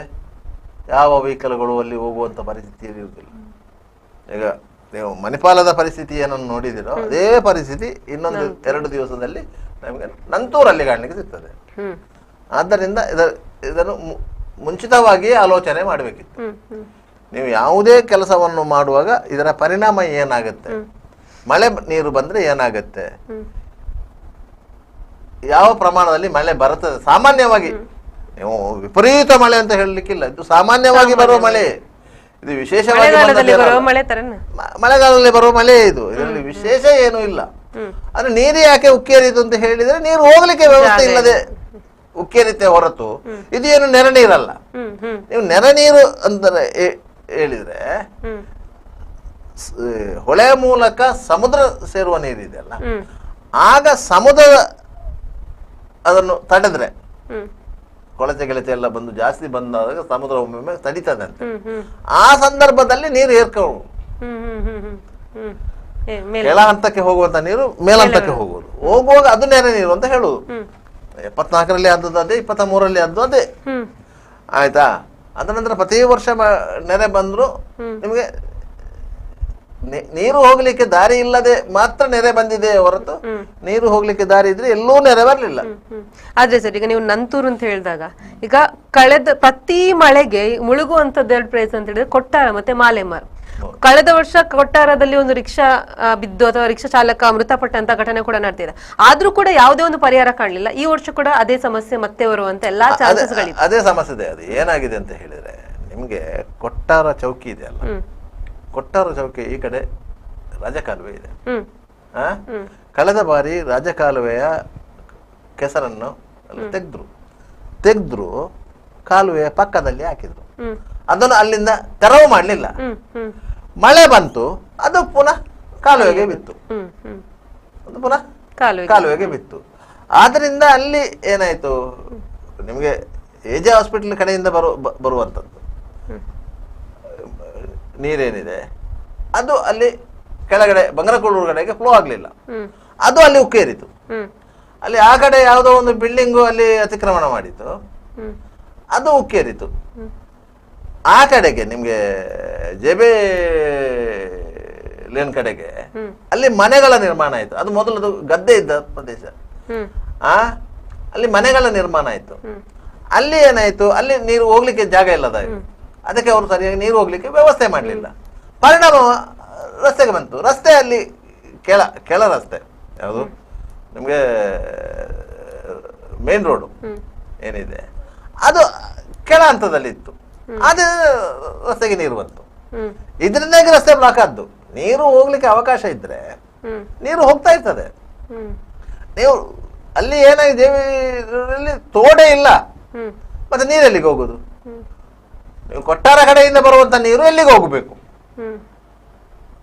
ಅದು ಅಲ್ಲಿಂದ ಅಂಡರ್ ಪಾಸ್ ಹಾಕಿಕೊಂಡು ನಿಮಗೆ ಇದಕ್ಕೆ ಹೋಗ್ಬೇಕಿತ್ತು, ಅದಕ್ಕೆ ರಾಜಕಾಲುವೆಗೆ ಹೋಗ್ಬೇಕಿತ್ತು. ಒಂದು ಸೈಡಿಂದ ಮತ್ತೊಂದು ಸೈಡಿಂದ ನೇರ ಹೋಗ್ಬೇಕಿತ್ತು. ಎರಡೂ ಇಲ್ಲ, ಎರಡು ಬಂದು ಇಲ್ಲಿ ನಿಮಗೆ ಅಲ್ಲಿ ಒಂದು ದೈವಸ್ಥಾನ ಇದೆಲ್ಲ, ಅಲ್ಲೇ ಬಂದಾಗಿದೆ. ಅಲ್ಲಿಗೆ ನೀರು ಬರ್ತಾ ಇಲ್ಲ. ಅಲ್ಲಿಂದ ಹೊಳಗಿಂದ ಹೋಗ್ಬೇಕದು. ಸಾಮಾನ್ಯವಾಗಿ ಅಲ್ಲೊಂದು ತೋಡೆಲ್ಲ ಇದೆ, ಅಲ್ಲಿಂದ ಹೋಗ್ಬೇಕು. ಅಲ್ಲಿ ಹೋಗ್ಲೇ ಇಲ್ಲ ಅದು. ಆದ್ರಿಂದಾಗಿ ನಿಮಗೆ ಕೊಟ್ಟಾರ ಚೌಕಿಯಲ್ಲಿ ಮಳೆ ನೀರು ನಿಂತು ಅಂತ ಪ್ರಸಂಗ ಎದುರಾದ್ದು. ಅದರ ನಂತರ ಅದನ್ನು ಗೊತ್ತಿತ್ತು. ಕಳೆದ ವರ್ಷ ಗೊತ್ತಿತ್ತು, ಅದಕ್ಕಿಂತ ಮೊದಲನೇ ವರ್ಷ ಗೊತ್ತು, ಅದಕ್ಕಿಂತ ಮೊದಲನೇ ವರ್ಷ ಗೊತ್ತಿತ್ತು. ಕೊಟ್ಟಾರದಲ್ಲಿ ನಿಮ್ಗೆ ಯಾವಾಗ ಫ್ಲೈಓವರ್ ಆಯ್ತೋ ಅಲ್ಲಿ ಅಲ್ಲಿಂದ ಆ ಸಮಸ್ಯೆಗಳು ಸೃಷ್ಟಿಯಾದದ್ದು. ನಿಮ್ಗೆ ಆ ಸೃಷ್ಟಿಯಾದ ವರ್ಷವೇ ಗೊತ್ತಿತ್ತಲ್ಲ. ಫ್ಲೈಓವರ್ ಇವತ್ತು ನಿನ್ನೆ ಆದ್ದಲ್ಲ, 5 ವರ್ಷದ ಹಿಂದೆ ಆಗಿದೆ ಅಲ್ಲ. 5 ವರ್ಷದಿಂದ ಆ ಸಮಸ್ಯೆ ಇದೆ ಅಲ್ಲ. ಪ್ರತಿ ವರ್ಷವೂ ನೀವು ಅದನ್ನು ಪುನಃ ರಸ್ತೆ ಅಗೆಯುವುದು, ಪುನಃ ಅದನ್ನು ಅಗಲ ಮಾಡುವುದು, ಪುನಃ ಅದೇ ರೀತಿಯ ವ್ಯವಸ್ಥೆಯನ್ನು ಮಾಡ್ತೀರಿ. ನೀವು ಮೂಲ ಸಮಸ್ಯೆ ಇಲ್ಲಿಂದ ಅದನ್ನು ಮಾಡ್ತಾ ಇಲ್ಲ. ನೀವು ಕೊಟ್ಟಾರದಿಂದಲೇ ಅದನ್ನು ಮಾಡ್ಕೊಂಡು ಬಂದ್ರೆ, ಆ ಕೊಟ್ಟಾರದಿಂದ ಬರುವಂತ ನೀರು ನೇರವಾಗಿ ರಸ್ತೆ ಅಡಿಭಾಗದಿಂದ ಹೋಗಿ ರಾಜಕಾಲುವೆಗೆ ಸೇರ್ತದಂತಾದ್ರೆ ಏನು ಸಮಸ್ಯೆ ಇಲ್ಲ. ರಸ್ತೆ ಅಡಿಭಾಗದಿಂದ ಹೋಗುತ್ತೆ. ಅದು ಬಿಟ್ಟು ರಸ್ತೆ ಮೇಲಿಂದ ಹೋಗುವುದು ಅಂತಾದ್ರೆ ಅದು ನೀವು ರಸ್ತೆ ಬ್ಲಾಕ್ ಆಗುವುದು, ರಸ್ತೆಯಲ್ಲಿ ನೀರು ಬರುವುದೇ. ಅಲ್ಲಿದ್ದು ಸಮಸ್ಯೆ ಅಷ್ಟೇ. ಪಂಪೆಲ್ಲ ಸಮಸ್ಯೆಯನ್ನು ಈ ಬಾರಿ ಇತ್ಯರ್ಥ ಮಾಡಿದ್ದಾರೆ. ಆದ್ರೆ ಅದನ್ನು ಈ ಸರಿಯೇ ಮಾಡಿದ್ರಿಂದಾಗಿ ಈ ಸರಿ ಪಂಪೆಲ್ಲಲ್ಲಿ ಆ ಸಮಸ್ಯೆ ಸೃಷ್ಟಿ ಆಗ್ಲಿಲ್ಲ. ಅದೇ ಬರುವ ವರ್ಷ ಪುನಃ ಸೃಷ್ಟಿ ಆಗುತ್ತೆ. ಯಾಕೆ ಗೊತ್ತಾ? ಕಸ ಕಡ್ಡಿಗಳು ಕೊಳಚೆಗಳು ಎಲ್ಲ ಅಲ್ಲಿ ಬ್ಲಾಕ್ ಆಗುತ್ತೆ. ಅದನ್ನು ಯಾರು ರಿಪೇರಿ ಮಾಡೋದಿಲ್ಲ. ಅದನ್ನೆಲ್ಲ ಮಾಡಿದ್ರೆ ಈ ಸಮಸ್ಯೆಗಳು ಪರಿಹಾರ ಆಗುತ್ತೆ. ಸರ್, ಈಗ ಮಳೆಗಾಲಕ್ಕೆ ಪೂರ್ವ ಸಿದ್ಧತೆಯನ್ನು ಮಾಡ್ಕೊಳ್ಬೇಕಾದಂತ ಸ್ಥಳೀಯ ಆಡಳಿತ ಇನ್ನೂ ಕೂಡ ನಿದ್ದೆಯಿಂದ ಎದ್ದಿಲ್ಲ ಅಂತ ಒಂದು ಪ್ರಶ್ನೆ ಸಾಮಾನ್ಯರಲ್ಲಿ ಕಾಡುವಂತದ್ದು. ಆದ್ರೆ ಈಗ ಬಂದಿರುವಂತಹ ಮಳೆ ಇದು ವಾಯುಭಾರ ಕುಸಿತದಿಂದ ಆಗಿರುವಂತಹ ಮಳೆ ಅಂತ ಹೇಳ್ತಾರೆ. ಇದು ಒಂದು 2-3 ದಿವಸದಲ್ಲಿ ಕಡಿಮೆ ಆಗ್ಬೋದು ಅನ್ನುವಂತ ನಿರೀಕ್ಷೆ ಎಲ್ಲರಲ್ಲಿ. ಅಷ್ಟೊತ್ತಿಗೆ ಮುಂಗಾರು ಬರುತ್ತಲ್ಲ. ಅಲ್ಲ, ಅದಕ್ಕೆ ಆ ಮಧ್ಯದಲ್ಲಾದ್ರೂ ಇವ್ರು ಎಚ್ಚೆತ್ಕೊಳ್ತಾರ? ಅದೇ ನಿಮಗೆ ಮಧ್ಯದಲ್ಲಿ ಸಿಗುವುದೇ 4-5 ವಾರದ ಟೈಮು. ಆ 1 ವಾರದಲ್ಲಿ ಇವರು ಏನಾದ್ರು ಪ್ಲಾನ್ ಮಾಡ್ಬೇಕು. ಮಳೆ ಕಡಿಮೆ ಆದ ಕೂಡಲೇ ಅದಕ್ಕೆ ಸಮರೋಪಾದಿಯಾಗಿ ಕೆಲಸ ಮಾಡ್ಬೇಕು. ಒಂದೊಂದು ಕಡೆಯಲ್ಲಿ ಒಂದೊಂದು ಕಾಂಟ್ರಾಕ್ಟರ್ ನೇಮಿಸ್ಕೊಂಡು, ಏನು ಮಹಾನಗರ ಪಾಲಿಕೆಯಲ್ಲಿ ಲಿಸ್ಟ್ ಅಲ್ಲೇ ಇದ್ದಾರೆ ಎ ಕ್ಲಾಸ್ ಕಾಂಟ್ರಾಕ್ಟರ್ಗಳು. ಮಹಾನಗರ ಪಾಲಿಕೆಗೆ ಸಂಬಂಧಪಟ್ಟ ಕಾಮಗಾರಿಗಳನ್ನು ನಿರ್ವಹಿಸುವಂತ ಎ ಕ್ಲಾಸ್ ಕಾಂಟ್ರಾಕ್ಟರ್ಗಳು ಮಹಾನಗರ ಪಾಲಿಕೆಯಲ್ಲಿ ಇಷ್ಟಲ್ಲಿದ್ದಾರೆ. ಅವರನ್ನು ಕರೆಸಿ ಅವರೊಂದಿಗೆ ಒಂದು ಮೀಟಿಂಗ್ ಮಾಡಿ ಈ ಇಷ್ಟು ವಾರ್ಡ್ನ ಸಮಸ್ಯೆಯನ್ನು ಪರಿಹಾರ ಮಾಡಿಕೊಳ್ಬೇಕು, ಎಷ್ಟು ಬಿಲ್ ಆಗುತ್ತೆ, ಏನಾಗುತ್ತೆ, ಒಂದು ಅಂದಾಜು ಪಟ್ಟಿಯನ್ನು ಕೊಡಿ. ಅದನ್ನು ಪ್ರಕೃತಿ ವಿಕೋಪ ನಿಧಿಯಿಂದ ಸ್ಯಾಂಕ್ಷನ್ ಮಾಡಿಸುವುದು ಇದನ್ನೆಲ್ಲ ಅದನ್ನು ಯಾರು ಮಾಡಬೇಕು? ಮಹಾನಗರ ಪಾಲಿಕೆ ಆಯುಕ್ತರಿಗೆ ಆ ಪವರ್ ಇಲ್ಲ, ಜಿಲ್ಲಾಧಿಕಾರಿಗಳು ಮಾಡಬೇಕು. ಜಿಲ್ಲಾಧಿಕಾರಿಗಳು ಇದನ್ನು 3 ತಿಂಗಳ ಹಿಂದೆ ಮೀಟಿಂಗ್ ಮಾಡಬೇಕಿತ್ತು. ಅಲ್ಲ, ಕಳೆದ ವರ್ಷ ಕಳೆದ ವರ್ಷ ಇವರೇ ಇದ್ರಲ್ಲ ಜಿಲ್ಲಾಧಿಕಾರಿ. ಹೌದು, ಈ ವರ್ಷ ಮೀಟಿಂಗ್ ಮಾಡ್ಲಿಲ್ಲ, ಓಕೆ. ಆದ್ರೆ ಕಳೆದ ವರ್ಷ ಅಥವಾ ಅದಕ್ಕೆ ಮುಂಚಿನ ವರ್ಷ ಮಾಡಿದಂತ ಮೀಟಿಂಗ್ ಅಲ್ಲಿ ಡೇಂಜರ್ ಝೋನ್ಗಳು ಅಂತ ಬರ್ದಿಡುವಂತದ್ದು ಅಥವಾ ನೋಟ್ ಮಾಡಿಡುವಂತದ್ದು ಮಾತ್ರನಾ? ಅದು ಡೇಂಜರ್ ಝೋನ್ ಆಗಿ ಹಾಗೆ ಇರ್ತದೆ. ಅದಕ್ಕೆ ಪರಿಹಾರವನ್ನು ಇವರು ಹುಡುಕಲೇ ಇಲ್ಲ. 9 ತಿಂಗಳು ಇವರು ಹುಡುಕಲೇ ಇಲ್ಲ ಅದಕ್ಕೆ ಏನು ಮಾಡುವುದು ಅಂತ ಹೇಳಿ. ಅದು ಡೇಂಜರ್ ಝೋನ್ ಆಗಿ ಇದೆ. ಮತ್ತೊಂದು ಏನಾಗಿದೆ ಅಂತ ಹೇಳಿದ್ರೆ, ಕಳೆದ 2 ವರ್ಷಗಳಿಂದ ಸ್ಥಳೀಯಾಡಳಿತ ಸಂಸ್ಥೆಗಳಿಗೆ ರಾಜ್ಯ ಸರ್ಕಾರದಿಂದ ಬರುವಂತಹ ಕೆಲವು ಅನುದಾನಗಳು ಬರಲಿಲ್ಲ. ಈಗ ಕೇಂದ್ರ ಸರ್ಕಾರದಿಂದ ಯಾವ್ದೆಲ್ಲ ಅನುದಾನಗಳು ಬಂದಿದೆಯೋ ಆ ಅನುದಾನಗಳು ಕೆಲವು ಕಡೆ ವಿನಿಯೋಗ ಆಗ್ತಾ ಇದೆ. ಆದ್ರೆ ಅಂತ ಅನುದಾನಗಳನ್ನ ಇಂತಹ ಕೆಲಸಗಳಿಗೆ ಬಳಸಿಕೊಳ್ಳುವಾಗಿಲ್ಲ. ಯಾವುದಕ್ಕೆ ಒಂದು ಕೇಂದ್ರ ಸರ್ಕಾರ ಒಂದು ಅನುದಾನ ಕೊಡ್ತದ ಅದರಕ್ಕೆ ಬಳಸಬೇಕು ಮತ್ತು ಅದರ ಪ್ರಗತಿಯನ್ನು ಕೇಂದ್ರ ಸರ್ಕಾರ ರಿಪೋರ್ಟ್ ಮಾಡಬೇಕು. ಆ ರೀತಿ ಇದೆ. ಅದನ್ನು ಬೇರೆ ಉದ್ದೇಶಕ್ಕೆ ನೀವು ಬಳಸುವಂತ ಇಲ್ಲ. ತೋಡು ರಿಪೇರಿಗೆ ನಿಮಗೆ ಸ್ಥಳೀಯ ಸಂಸ್ಥೆಗಳ ಅನುದಾನವನ್ನೇ ಬಳಸ್ಕೊಳ್ಬೇಕು ಹೊರತು ಕೇಂದ್ರ ಸರ್ಕಾರ ಬೇರೆ ಯೋಜನೆಗೆ, ನೀವು ಅಮೃತ ಯೋಜನೆ ಇರ್ಬೋದು, ಬೇರೆ ಬೇರೆ ಯೋಜನೆಗಳಿವೆ, ಆ ಯೋಜನೆಗಳಿಗೆ ಬಂದಂತಹ ಹಣವನ್ನು ಇದಕ್ಕೆ ಬಳಸುವಾಗಿಲ್ಲ. ಇದಕ್ಕೆ ನೀವು ಇದೇ ರೀತಿಯಾಗಿ ಈಗ ಇದಕ್ಕೆ ಯಾವ ಅನುದಾನವನ್ನು ಬಳಸಬೇಕಂತಂದ್ರೆ ನಿಮಗೆ ಇರುವ ಒಂದು ಏಕೈಕ ಮಾರ್ಗ ಅಂತ ಹೇಳಿದ್ರೆ ಪ್ರಕೃತಿ ವಿಕೋಪ ನಿಧಿಯಲ್ಲಿ ಎಷ್ಟು ದುಡ್ಡು ಇದೆ ಅಂತ ನೋಡುವುದು, ಅದನ್ನು ಬಳಸುವುದು. ಯಾಕಂದ್ರೆ ಇದು ಪ್ರಕೃತಿ ವಿಕೋಪವೇ, ಬಳಸೋದು ನಿಗದಿತ ಇದರಲ್ಲಿ ಮಾಡಬೇಕು. ಇಲ್ಲಾಂದ್ರೆ ಯಾರು ಮಹಾನಗರ ಪಾಲಿಕೆಯ ಪ್ಯಾನಲ್ ಲಿಸ್ಟ್ ಅಲ್ಲಿರುವಂಥ ಕಾಂಟ್ರಾಕ್ಟರ್ ಅವ್ರನ್ನ ಕರೆಸಿ ಒಂದು ಸಭೆ ಮಾಡಿ ಅವರಿಗೆ ಎಲ್ಲೆಲ್ಲಿ ಡೇಂಜರ್ ಝೋನ್ಗಳಿವೆ ಅದನ್ನೆಲ್ಲ ಹೇಳಿ, ಇಂತಲ್ಲಿ ಈ ಸಮಸ್ಯೆ ಕಳೆದ ವರ್ಷ ಸೃಷ್ಟಿಯಾಗಿದೆ, ಆ ಸಮಸ್ಯೆಗಳು ಈ ವರ್ಷ ಮರು ಸೃಷ್ಟಿಯಾಗಬಾರ್ದು, ಅಷ್ಟನ್ನು ಮಾಡಿ ಅಂತ ಹೇಳಿದ್ರೆ ಮಾಡ್ತಾರೆ. ಅಂದ್ರೆ ಈಗ ಮಂಗಳೂರು ನಗರ ಮತ್ತು ಗ್ರಾಮಾಂತರದಲ್ಲಿ ಒಟ್ಟು 33 ಪ್ರದೇಶಗಳು ನೆರೆ ಭೀತಿಯನ್ನು ಎದುರಿಸ್ತಿವೆ ಅಂತ ಹೇಳ್ತಾ ಇದ್ದಾರೆ. ಆದ್ರೆ ಇದಕ್ಕೆ ಯಾವುದೇ ಕ್ರಮ ಕೈಗೊಳ್ಳಿಲ್ಲ ಅಥವಾ ಇನ್ನು ಮುಂದೆ ಕೈಗೊಂಡ್ರು ಕೂಡ ಅದಕ್ಕೆ ಟೈಮ್ ಇಲ್ಲ ಅನ್ನುವಂಥದ್ದು. ಆ ಪ್ರದೇಶದ ಜನರು ಪ್ರತಿ ವರ್ಷದಂತೆ ಈ ವರ್ಷ ಕೂಡ ಭಯಭೀತರಾಗಿ ಬದುಕಬೇಕು, ರಾತ್ರಿ ನಿದ್ದೆ ಇಲ್ಲದೇನೆ ಬದುಕುವಂತ ಪರಿಸ್ಥಿತಿ ಈ ವರ್ಷ ಕೂಡ ಬರುತ್ತಾ ಅಂತ. ಇದೇ ಆಗೋದು. ಎಲ್ಲೆಲ್ಲಿ ಈಗ ನೆರೆ ಭೀತಿ ಅಂತ ಅಲ್ಲ, ಇದು ಮಳೆ ನೀರಿನ ಭೀತಿ. ನೀವು ಮಳೆ ನೀರನ್ನು ಸರಾಗಿ ಹರಿಯಲು ಬಿಡದ ಕಾರಣಕ್ಕಾಗಿ ಇದು ಈ ಸಮಸ್ಯೆ ಸೃಷ್ಟಿಯಾಗಿರೋದು. ಆದ್ದರಿಂದ ಅದಕ್ಕೆ ಒಂದು ವ್ಯವಸ್ಥೆ ಮಾಡಬೇಕೆ ಹೊರತು ನೆರೆ ಭೀತಿ ಇರೋದು ಬೇರೆ ಕಾರಣಕ್ಕೆ. ಅದು ನದಿಗಳು ಉಕ್ಕೇರಿ ಬರಬೇಕು ಹೊರತು ತೋಡುಗಳು ಉಕ್ಕೇರಿ ಬರುವುದಲ್ಲ. ನದಿಗಳು ಉಕ್ಕೇರಿ ಬಂದ್ರೆ ಮಾತ್ರ ನೆರೆ. ಇದು ತೋಡಿನ ಸಮಸ್ಯೆ, ರಾಜಕಾಲುವೆಯ ಸಮಸ್ಯೆ, ನೀರು ಹರಿದು ಹೋಗುವಂತ ಚರಂಡಿಗಳ ಸಮಸ್ಯೆ. ಇದನ್ನು ನೀವು ಸರಿಯಾಗಿ ಇಟ್ಟುಕೊಂಡಿಲ್ಲ, ಇದನ್ನು ಸರಿಯಾಗಿ ರಿಪೇರಿ ಮಾಡಲಿಲ್ಲ, ಇದನ್ನು ಸರಿಯಾಗಿ ಕ್ಲೀನ್ ಮಾಡಲಿಲ್ಲ. ಇದರಿಂದಾಗಿ ನೀರಿನ ಸರಾಗ ಹರಿವಿಗೆ ತಡೆ ಉಂಟಾಗಿದೆ. ಆದ್ದರಿಂದಾಗಿ ಇದು ಆ ಸಮಸ್ಯೆ, ಅದನ್ನು ನೀವು ಸರಿ ಮಾಡಬೇಕು. ಯಾಕಂತ ಹೇಳಿದ್ರೆ ಕಳೆದ ವರ್ಷದ ನಿದರ್ಶನ ಇದೆ, ಅದಕ್ಕಿಂತ ಮೊದಲನೇ ವರ್ಷದ ನಿದರ್ಶನ ಇದೆ. ನಿಮ್ಗೆ ಗೊತ್ತಿಲ್ಲ ಅಂತ ಏನು ಹೇಳಲಿಕ್ಕಿಲ್ಲಲ್ಲ. ಕಳೆದ ವರ್ಷ ಇಷ್ಟೇ ಸೆಂಟಿಮೀಟರ್ ಮಳೆ ಬಿದ್ದಿದೆ ಅಂತ ಲೆಕ್ಕ ಇದೆ ಅಂತ ನಿಮ್ಗೆ. ಇಷ್ಟು ಸೆಂಟಿಮೀಟರ್ ಮಳೆ ಬಿದ್ದಿದೆ ಅಂತ ಕಳೆದ ವರ್ಷದ ಲೆಕ್ಕ ಇಲ್ವಾ ನಿಮ್ಮ ಹತ್ರ? ಇದೆ. ಮಳೆ ಮಾಪಕ ಇಲ್ವಾ? ಇದೆ. ಆ ಲೆಕ್ಕ ಇದೆ ನಿಮ್ಮ ಹತ್ರ. ಆ ಲೆಕ್ಕ ಇದ್ದು ಇಷ್ಟು ಮಳೆ ಬಿದ್ದರೆ ಇಷ್ಟು ಸಮಸ್ಯೆ ಆಗಿದೆ ಅಂತ ಗೊತ್ತಿದ್ದು ಈ ವರ್ಷ ಎಷ್ಟು ಮಳೆ ಬೀಳಬಹುದು ಅಂತ ಹೇಳಿ ಹವಾಮಾನ ಇಲಾಖೆಯವರು ಮುನ್ಸೂಚನೆ ಕೊಟ್ಟಿದ್ರು ಸಹ ನೀವು ಅದಕ್ಕೆ ಸರಿಯಾದ ರೀತಿಯಲ್ಲಿ ಸ್ಪಂದಿಸದಿದ್ದರೆ ಸಮಸ್ಯೆ ಅನುಭವಿಸುವುದು ಯಾರು? ಜನಸಾಮಾನ್ಯರ ಹೊರತು ಬೇರೆ ಯಾರು ಅಲ್ಲ. ಆದ್ರಿಂದ ಆ ಸಮಸ್ಯೆಯನ್ನು ಪರಿಹಾರ ಮಾಡಲಿಕ್ಕೆ ಅಧಿಕಾರಿ ವರ್ಗವೇ ಮುಂದಾಗಬೇಕು. ಸರ್ಕಾರ ಯಾವುದೇ ಇರಲಿ ಪ್ರಶ್ನೆ ಅಲ್ಲ. ಅಧಿಕಾರದ ಜನಪ್ರತಿನಿಧಿಗಳು ಅಧಿಕಾರದಲ್ಲಿ ಇರಲಿ ಇಲ್ಲದೇ ಇರಲಿ, ಆದ್ರಿಗೂ ಅವರಿಗೆ ಜವಾಬ್ದಾರಿ ಇರ್ತದೆ.